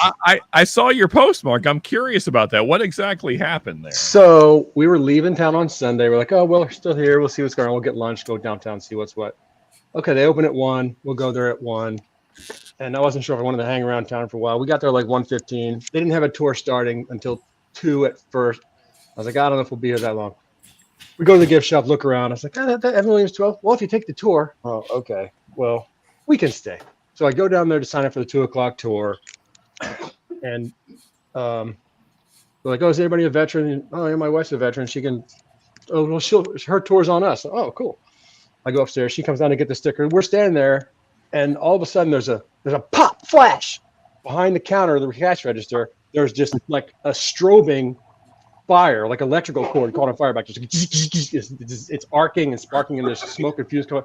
And my wife's like, "Wait, hey, is there a fire extinguisher? Somebody get the fire extinguisher." And the lady's like, "Oh, I don't know." And the lady's backing away from the counter. She's moving away. Lady by the window, I don't know. And my wife's like, eyes scanning the whole place. There it is. She bolts over the window, grabs the fire extinguisher, comes hauling ass back across the store, gets back there. The lady's like, "Get away from it!" And she's like, she's grabbing the thing. I was like, "Hey, pull the pin, pull the pin, pull the pin." Oh, she pulls out there. She gets the fire extinguisher on this arcing flame, and it won't go out because it's just electrical. Just still keep feeding it, and it's supposed to be. It says ABC. It's supposed to go out on there, and the store is filling with the fire extinguisher. Dust is just fuming. It's cascading out from under the counter out to the floor in the front. So she pretty much emptied the fire extinguisher on there, and it was toned down. And by the time the worker's like, "Get out here, go out the back door, everybody out, man, get out of here." At some point, my wife thinks the lady's like, "Get the fuck out," basically in the store. You need to find a breaker or a GFI. It was like maybe we might have been the only customers in the lobby area at the time when this happened. Like people were upstairs or wherever else, so they like bolt us out the back door. Yeah. So they're familiar, right? Everyone's experienced. So yeah, they call the fire department. Everybody's in the back. We're standing back there against this brick wall. The fire department all shows up, and I was like, man. She looks down on the ground, and there's a spent bullet sitting in the crack of the sidewalk on the next to the building behind the Evan Williams experience. So what the hell? Who knows? Just stray bullets flying around town. Yeah, that makes sense in downtown Louisville. Yeah. And so evidently the fire company came and they used their own halon stuff and finally put that out. And they went around the front of the building and they had that mat dragged up. Well, that mat was under the cord. It was catching on fire. This rubber thing was just smoking under there. It's just crazy. So we wait around for a while. Yeah. And they're like, "Hey, you did it." They bring us in to meet the manager. "Oh, thanks. Thank you for doing that. Yeah, you're a hero. They're a hero to her." I was like, yeah, she's a hero. So we didn't get anything else out of it except a thank you. How about a complimentary bottle of Evan Williams 12? Really? You get a bottle of 12? At the very least, yeah. 24. Yeah, we're too humble for that, so whatever. They didn't even have it. They said thank you, and they took her information. I don't know if they're gonna whatever. Call her or do something. Or whatever. Yeah, send her a bill for the contamination. Send her a bill. It was fun. Yeah. And so we had to wait. Everybody had to wait for the tour. They had to clean that shit up. They were like mopping the place up. Just managers, they're all sweating his ass. Like, "Oh, good. We put you to work. We made you do something." It's now called the Evan Emanecker experience. It's Mark's fault. Yeah. Her feet were covered with the dust from the fire extinguisher. Her sandals and skirts. Yeah, that's fine. So that was an adventure. They finally put us on the 2 o'clock tour at like 2:40. So that was Sunday? Yeah. I thought they were closed. That's what I opened thought at 1. Too. We didn't even try. Evan Williams was opened at 1. Old Forester was closed. Yeah, we went down to Old Forester, and Google had lied and said they were open. Well, they had it backwards. Fake news. That's the only one we went to. That's fun. We were at Michter's. Quite the adventure. Yeah. Let's talk During about all that. Yeah, we went into Michter's. The one day we were there, the Saturday they had dropped Michter's 10-year rye and then a signed bottle of the standard Michter's from Dan McKee. It was kind of cool. But those are all sold out. And then Sunday they had the 2023 burgers and shanks. They bamboozled Adam. I got bamboozled. I was hoodwinked. Indeed. I mean, how are they? I saw you were drinking them earlier, but I've been dealing with an outage at work for like the last 10 hours. I just the Shanks is very different. So last year was very, very butterscotchy, toffee heavy, and I loved it. This year, with the use of caramel malt, it's a darker, chocolatier, almost borderline coffee bean type of profile to it. And the bomb burgers, wasn't that a different barrel type this year? It won't be peated. It tastes like bomb burgers they use. Yeah, the bomb burgers they used a seasoned Chinquapin oak barrel for like 18 months. So it's really sweet, spicy, rich dark fruits. The bomb burger Shanks won for me last year, but bomb burgers easily takes this year's. Okay. Yep. Well, and the Shank burger, more importantly, the blend of both sucks. Don't do it. How was bomb burgers last year? Bomb burgers was good, but I feel like the oak they used was a little bit drying on the palate to me, and just didn't have that sweetness to balance out that oak presence. But the Shanks last year was an absolute toffee bomb. I loved it. Wow. Yep. Guys, it is 10:56. I'll do 4 more minutes until we get into the giveaway for tonight. So I know Eric Gunderson has added a sample of the Smokeout Hill and the Bardstown Bourbon Company Emerald on top of what I have in the giveaway, which is the Barrels for Hope NBC pick, a Green River pick from Justin's. It's called Hickory. It's 131.4 proof. The Four Roses from the Barrels for Hope, which is an 11-year, 1-month OESF. Oh yeah, I didn't. The HK Young Bourbon, which is new. It's out of where again? All the stuff they had, it's probably better I didn't. Hopkinsville, Kentucky Straight Bourbon Whiskey, 6 years, toasted, 116.6 proof, and the 93 Blantons as well. So that's all sample pack. 3 of them. Aren't they all 93? Aren't they all 93 proof?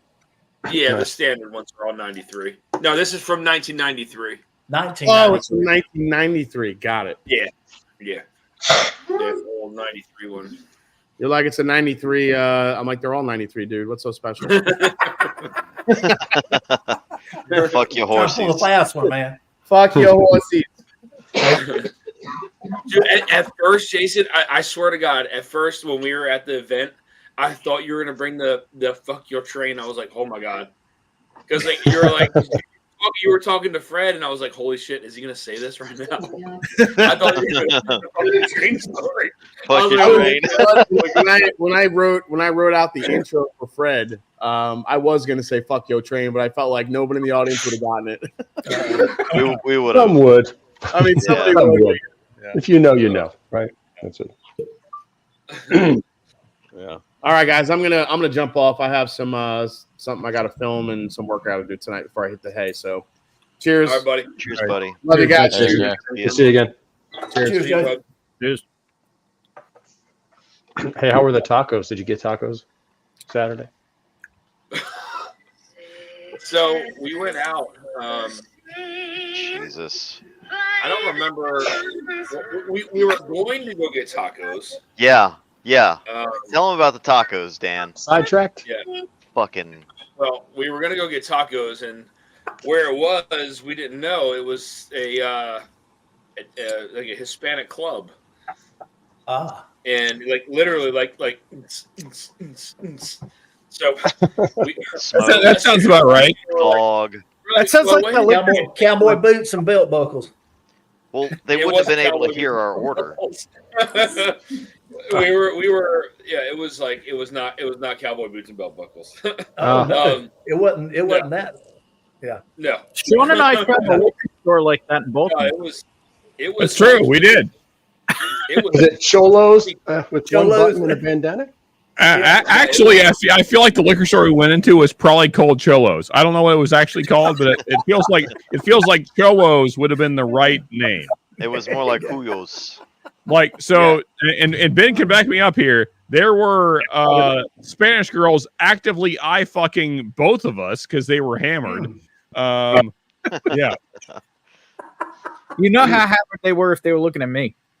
Like they were just like, "Hey, Poppy, yeah." Marriage But so it was a liquor store in the front, and there was like a double door in the back where you just heard club music coming out, and then like Christmas lights around the door. And because I'm me, I was like, "Well, I got to check this out." And so I just went into the club. I was like, "Let's see what's going on back here." And I was met with two middling attractive Spanish ladies.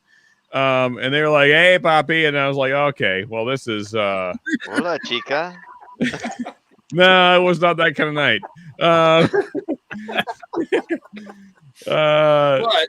But so we go there and we're like, no, like that's a hard pass. We're not gonna get tacos from there. So we're looking around.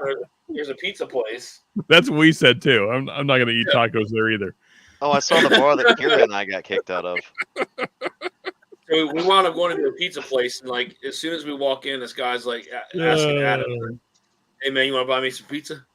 I was like, I don't want to buy you some pizza. He's like, "Fuck, I don't want to buy you pizza."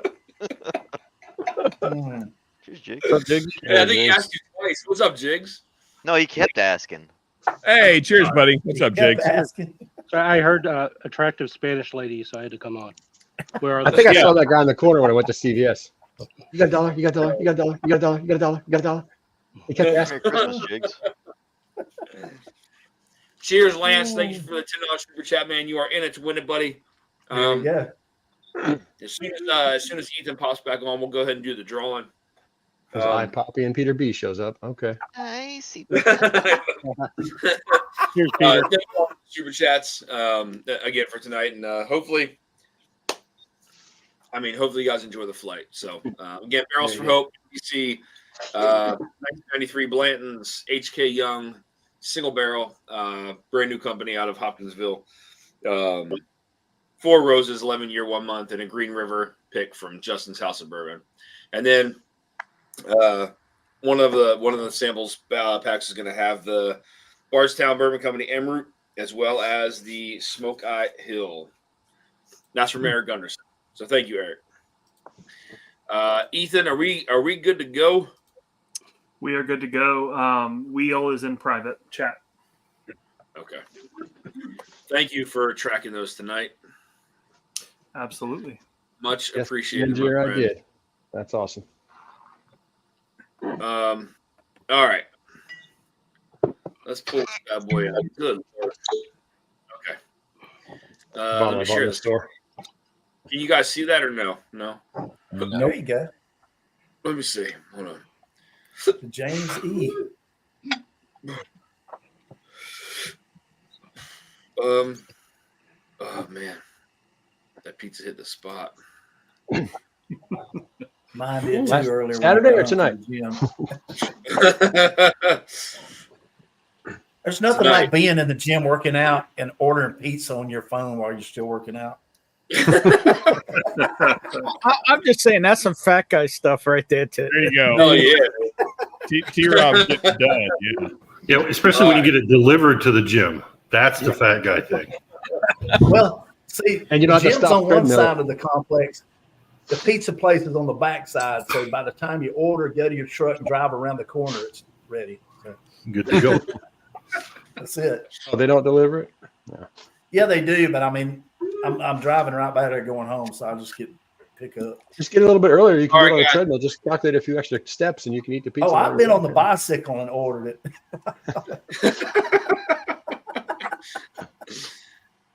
All right, guys. This is going to be for the sample pack number 1. This is going to be the one from Eric Gunderson. So this is the one that is 1, 2, 3. So my 5 samples plus the Bardstown Bourbon Company Emerald, as well as a sample of the Smoke Eye Hill. Smoke Eye. Here we go. We're going to randomize it. 2, 3, 4, 5. Spin it to win it. Here we go. Sample pack number 1.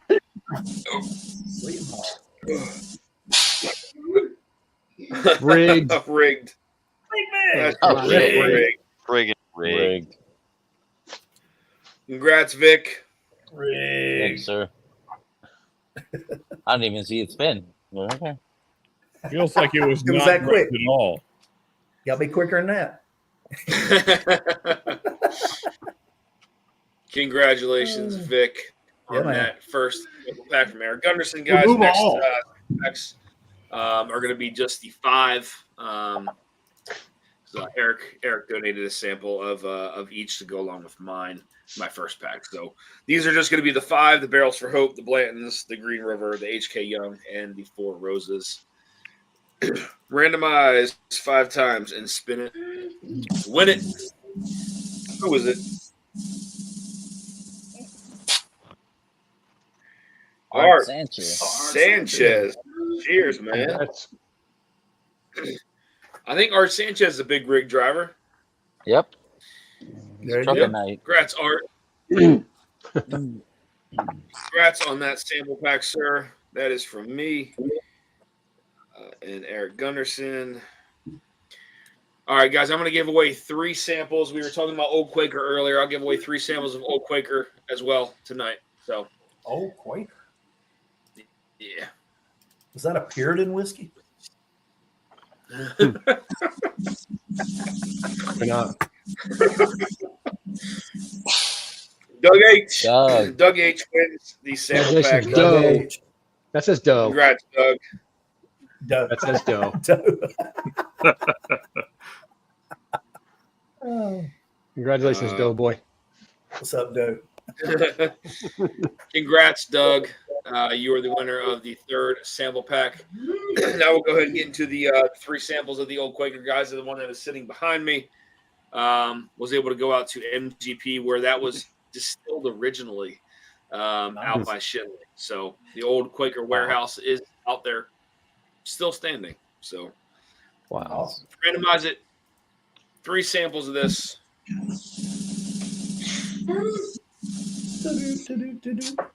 Tim Corney. Congratulations, Tim. Congrats, What's up, Tim? Tim. Congrats, Tim. Old Quaker. All right. Whoops. There we go. Randomized. Next up.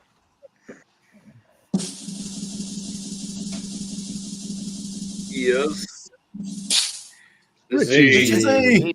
Cheers, man. Yeah. Congratulations, Richie Z. There you go. Congrats, Richie. Z Money 2000. All right.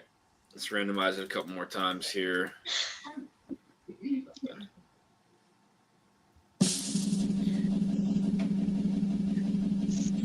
Ed Williams. Ed Williams. Ed. Nice. Congratulations, Meat Congrats, Man. Ed. The Let me meat see handler. Meat Master. The Meat Master. Meat Handler. Meat Master Ed. So I'm going to do. Let me see. All right, I'll do 2 more giveaways, guys. I'm gonna do one more sample of the Blantons by itself, and then I will also do a sample of the.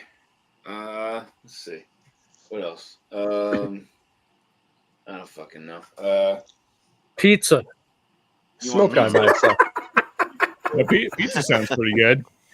And a slice How of about pizza. we'll do the Back to Future batch 88. Okay. Nice. Oh, I could have tried that.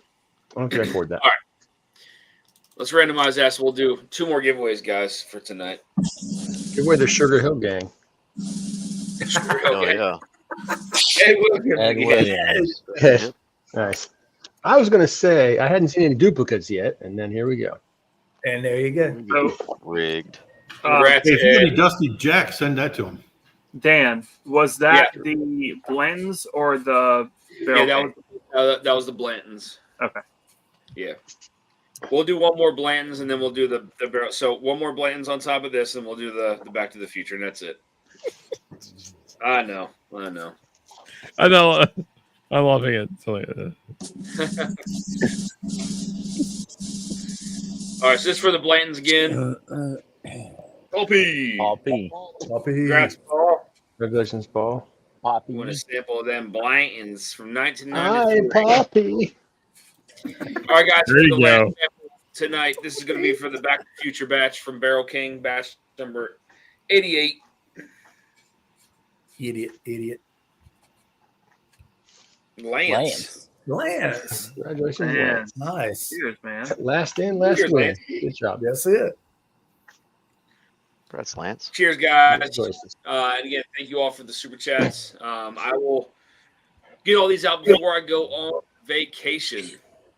Nice. To you guys. Nice. Cheers, guys. Where are you going on vacation at? I'm just going to Jersey. Oh, okay. That ain't Gotta vacation. get the shore. band back. That's Going to the shore. Atlantic City, You going to the shore? Wildwood. I mean, Dan, you're not gonna not going to be that far in that first time. May. Barnegat Light, There you go. Beach Haven, Barnegat? Long Beach Island. Close to Barnegat. Well, not. Yeah, we're So I used to live in Tom. heading to St. Augustine next Saturday, so Nice, or this coming Saturday. nice. Yeah, I used For to the live week. in Tom's River for almost 3.5, almost 4 years. Gotcha. So I'll go down to the shore there, like Point Pleasant, There you go. Jersey Shore. Like, Yeah. I mean, Wildwood's fun. It's just it gets a little crazy busy. Ocean City, New Jersey is pretty crazy busy too. Yeah. Oh yeah. Dan, you're going to be like 15 minutes from my uncle. There you go. Huh? I may have to go visit my uncle. What, down there? Yeah, he's in Voorhees. Oh, okay, yeah. He's in South Jersey. More than 20 minutes. To Point Not really. Pleasant. No, from Tom's River. It's not far from It's- Tom's River at all. Yeah. Is there 2 Voorhees in New Jersey? There's There's Jason. Voorhees, the town and Voorhees Township, but they are connected. Yeah.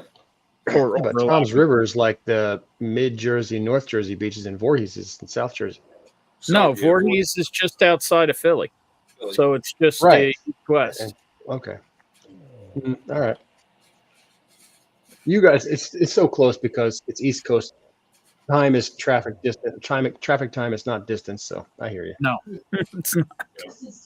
I was It might told be- there would be no. It might be New Jersey 45 miles. It's geography. going to take you an hour and a half. No Jersey geography. Why would anyone tell you that? It's the most Obviously. densely populated state. I liked living in Jersey. I'm not gonna lie to you. I thought it was fun, man. I had a really good time living in Jersey. Are you okay, Dan? I feel like I have to leave the stream now. I'm Are you feeling okay, sick. Dan? I met some really interesting people in Jersey, man. Especially when you go to like North Jersey. I like mean, Jersey City, Jersey. I mean, like, so here's the thing, Dan. I agree with that statement. It's just in the South, we use the word interesting to describe people that are different than normal people. Allegedly. I mean, So yeah, I got to dip. Cheers, y'all. Got to go take care of the pup. there you Great go. job, bud. Hey, cheers, Good night, Ethan. Ethan. And the winners are your email. Cheers, Ethan.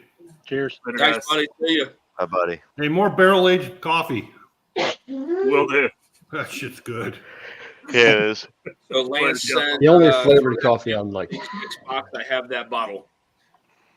Go on and So order Vic- some, Tommy. There Vic, was you're some getting- left last you're time. getting People were the- talking Oh, no, about I it. got it already. That's 88 too. I'm just saying. From Lance. Keep, What was that? making more. So Lance is giving you the sample that he won from the Back to the Future 88 because he has that bottle. Oh shit! Thank you, Wow. man. Lance, I'll send you something else, buddy. I got you. Wow. What a I'll guy. send you something anyway. So As if it wasn't rigged enough. There you go. Yeah. Leave it at Manecker. Leave it at So Manecker. Richie says, I've had that amazing sample from you, the old Quaker. Loved it. We sent it to show. Richie, that's super nice of you, man.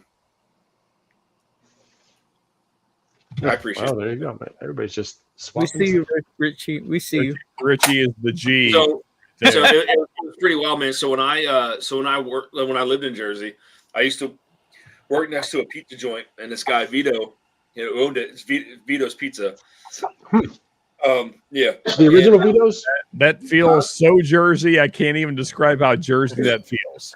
Yep, there's plenty of those. Super old guy, and he. So one time he was like, "Hey, do you want to go with me? I'm going to show you where I go get my ricotta cheese." And I was like, "Yeah, like, okay." So going there, it was like driving to something from The Sopranos. So it was like, I assume. You're riding shotgun. We're pulling up to this Cheese in door. New He's going to York, open the New door. Jersey is a serious thing. It's its own thing. It is its own thing, and we pulled up into it was like an industrial area into a building, and I was like, I was getting a little nervous, man. Seriously, I was getting a little nervous. I was like, You're about to get murdered on a fucking cheese run. I was like, I know I didn't do anything. I haven't, I was thinking in my head, and I was like, this is weird. He's like, stay in the car. I was like, oh my God. I will. He only brought out like a handful of boxes, but it was just the whole like lead up to it. It just felt really, really kind of off the books. But he was a really good guy. He had multiple heart attacks. I don't know how he still ran his business. Good. All that ricotta cheese. He was based out of I think he was in Hamilton, New Jersey, if I'm not mistaken. It was Vito's Pizza in That's Hamilton. right down the road from the Bullet District. Yeah. Yeah. But it was. I don't even know if he's still around. I haven't talked to him in forever. I mean, I used to talk to him, but I would say, given the multiple heart attacks, probably not. Yeah, he had multiple heart attacks and then still running this place. I was like, this is crazy, but I know where we were. There was some crazy dealings going on there for sure. That was super off the books. Super off the books. Yeah. Sounds like you were getting some Papa Moose. Exactly, Mr. Jiggs. Fresh off the back of the truck. Yeah, I thought they were going to open the semi when you go pick it up on the interstate rest stop or some shit. Yeah. I'll see you at exit 7. Yeah. That's that delivery you get at 3 a.m.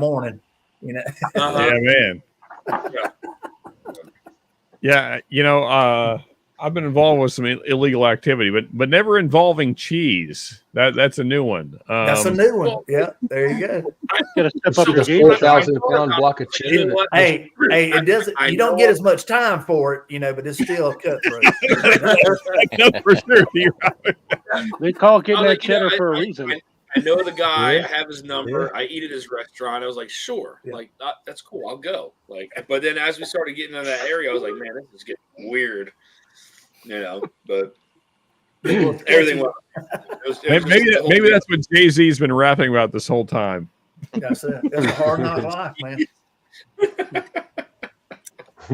Oh my God, that's hilarious. You make you wear your helmet. Black market cheese. That's what it was like. Yeah, black market cheese, pretty much. That's what it felt like. Went all the way up there. You get that Papa Moose. You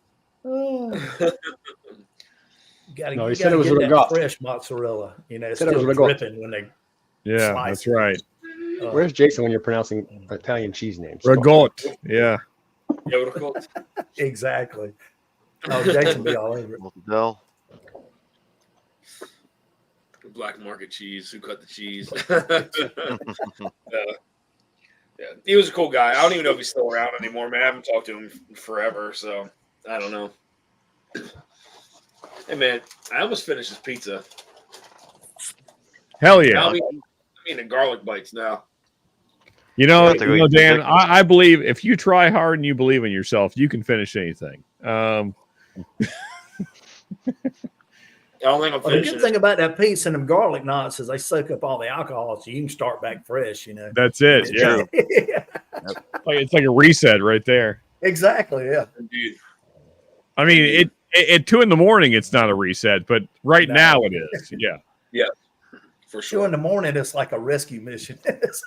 Yeah. James Pepper's a lot better than when I that alcohol always comes back around. You're just postponing it for a little bit. That's right. Don't forget the water, guys. Mixing the water. Absolutely. Gotta have the water, man. Hydrate. I had to get Tony Romo to hydrate on Saturday night. Oh yeah, that guy did like Tony Romo.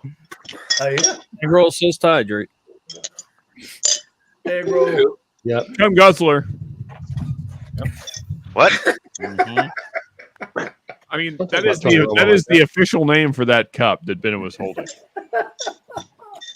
That is the corporate name for it. Yes, this is the yes. Come and go, come guzzler. There you go. High school.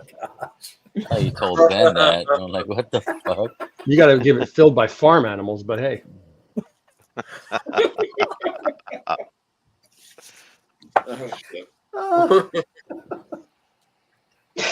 Yeah. Ben, is Bonnie able to drink yet, or is she just? Yeah, is she we actually we cracked this on her birthday, which was this past Monday, a week ago. Oh, the Dilemma Kid Strength Rye. Oh, nice. Yeah, I mean she can't really hit it hard, but she's right. There you go. It's all towards healing at this point. So that's right. When did you say her last session is? Tomorrow. Nice. That's awesome.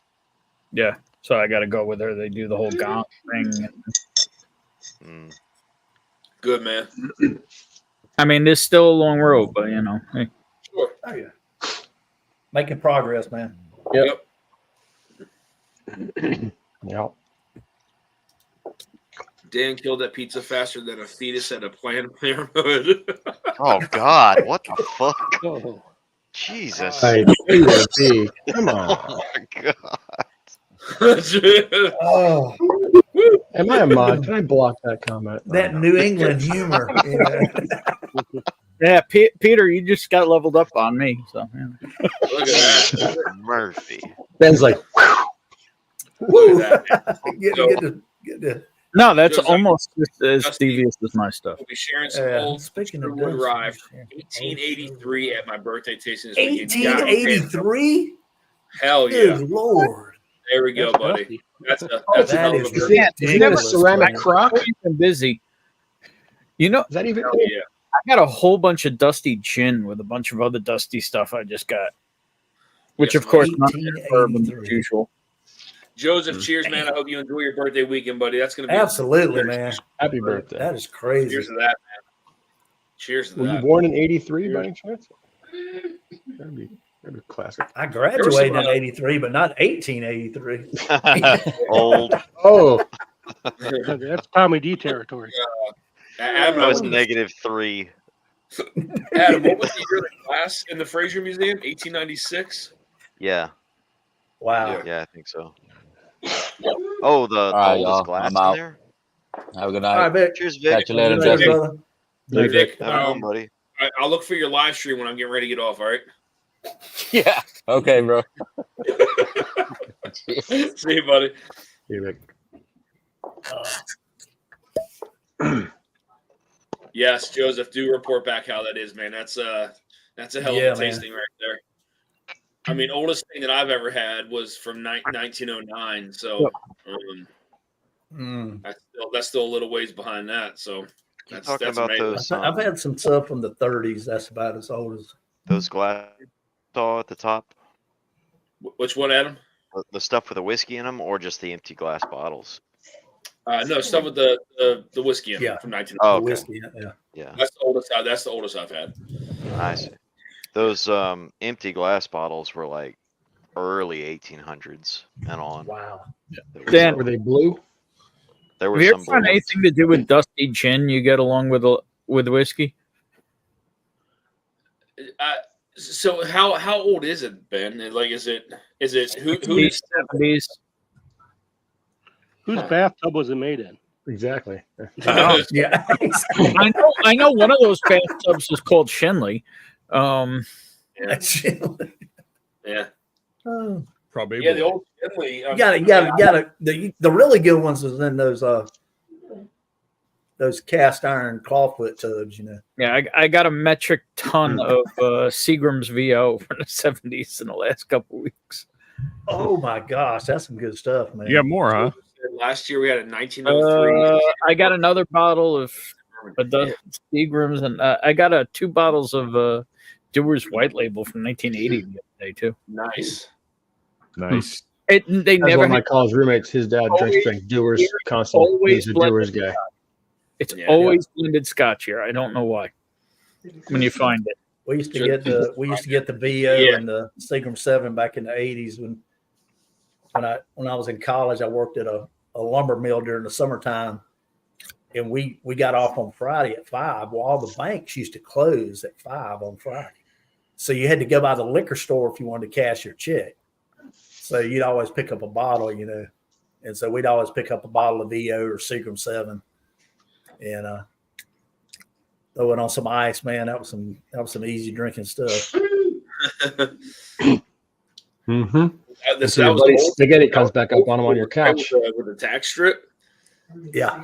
This was 83, 84. We had to clean it off my mom's couch. Yeah. The one I missed was when I lived in Mississippi in the early 80, I think it 79, 80, 81. Might not have been We that lived long in a ago. dry county. So you had to go to the county line to buy alcohol. And so the closest little town at the county line was like 15 miles away. And it had a population of about 1,500. And they had like a grocery store, a gas station, and like 8 liquor stores. And if you were tall enough to put money on the counter, you could buy liquor pretty much. But we used to go. I used to get that 10-year-old charter. Oh my god! Oh that stuff yeah, was so good. And you can't find it anymore, man. I've been wanting that bottle for a while, man. I got some. Did you? I got. Oh man.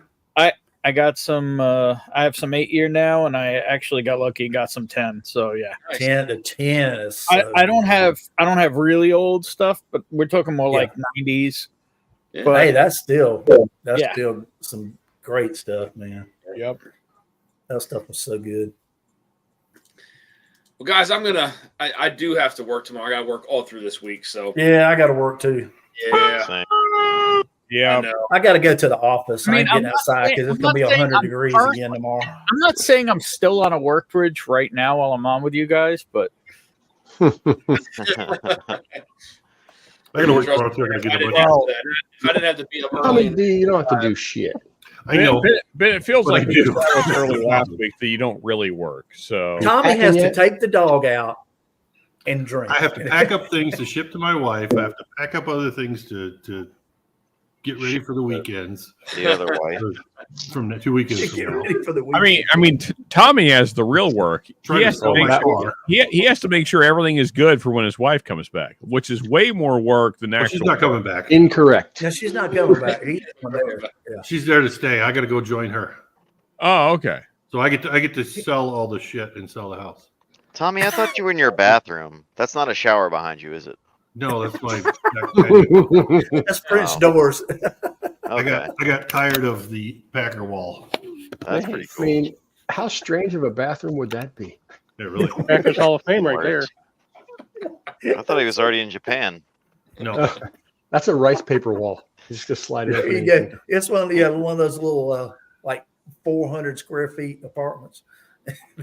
Yeah, So, well, so Tommy, wife- I assume that soon we'll be seeing you a lot more on Ken's stream then, right? maybe. Yeah, maybe. There you go. How soon is the move looking like? Oh, probably Yep. December. But it's, Oh, still, you have a month this time. it's still up to my kids. 2026, somewhere in there, My kids might be. December is every year. Who knows which Yeah, one? he's still them got all those exactly. packages he's got to deliver in Take a December. dog, but now it's September. That's it. It's after when they start getting ready for next Christmas. Hey I man, know, well, I gotta get out of here before it snows because I don't have winter stuff anymore. I don't have a snowblower. yeah. I gotta get out of here. Well, what part of Japan you guys moving to? Okinawa, the island of Okinawa. Okay. That's Cool, where she's from. Tommy, how soon is this happening? Like, My wife's already over there.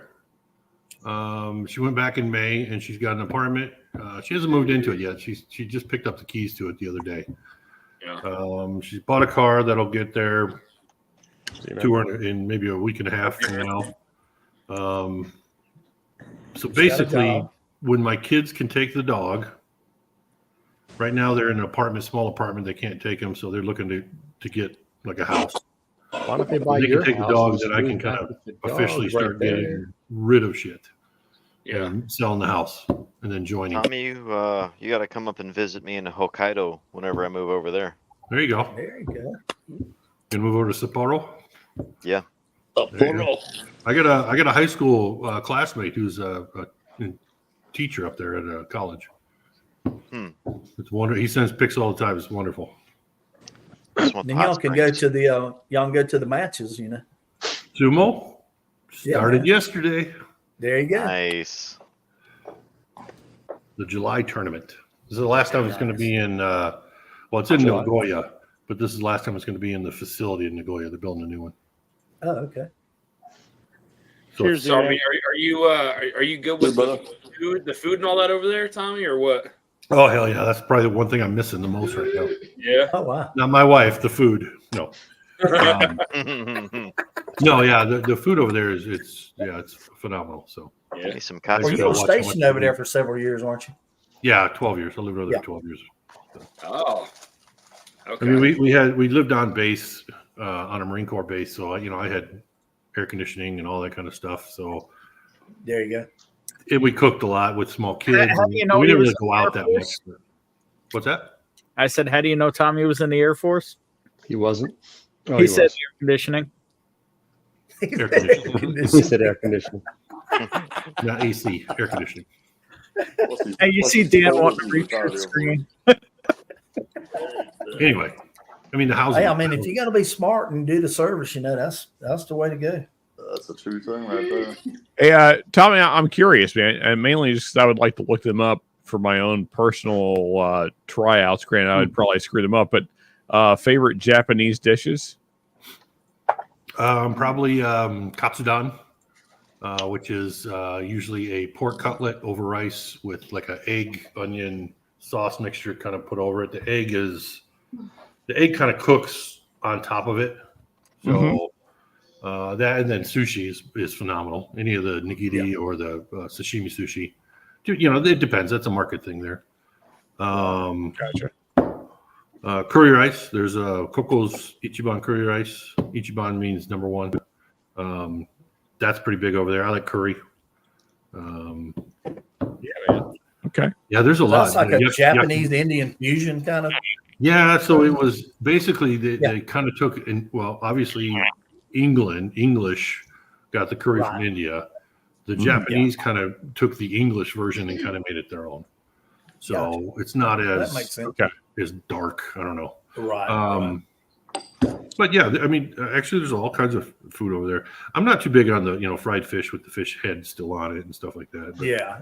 I like Congo. Yeah. So going back to the curry, is Japanese curry more similar to like a Thai curry, or how would you compare? No, Thai uses like more coconut. Very mild. Stuff in it. Okay. The Japanese curry is more like a brown curry. Okay. They do, you can do any kind of meat in it, and then they do a lot of extra koroke, stuff like that. Goya. Goya. And you gotta have the Japanese barbecue sauce. What's the fermented soybean called? Oh, that's natto. Yeah, natto. That's terrible. Anyway. Yeah. Depends on what you eat it with. It's really slimy. I mean, it's like really slimy. Like boiled okra.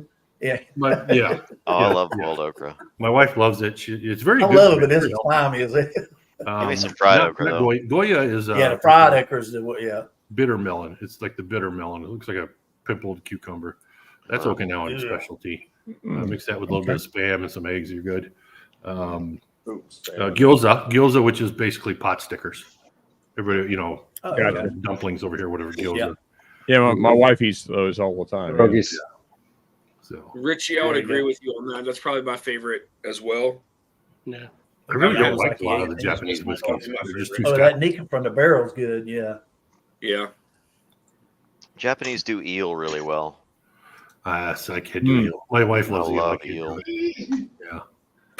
I've had some eel, some American eel. I got a buddy of mine that lives down near Charleston. His granddaddy cooks eel, and is it there's a saltwater certain way eel? he won't no, these are freshwater eels. Freshwater eel. Okay, yeah. They're the same but because he'll, they go up rivers to spawn, and then they spawn, spend time in the ocean.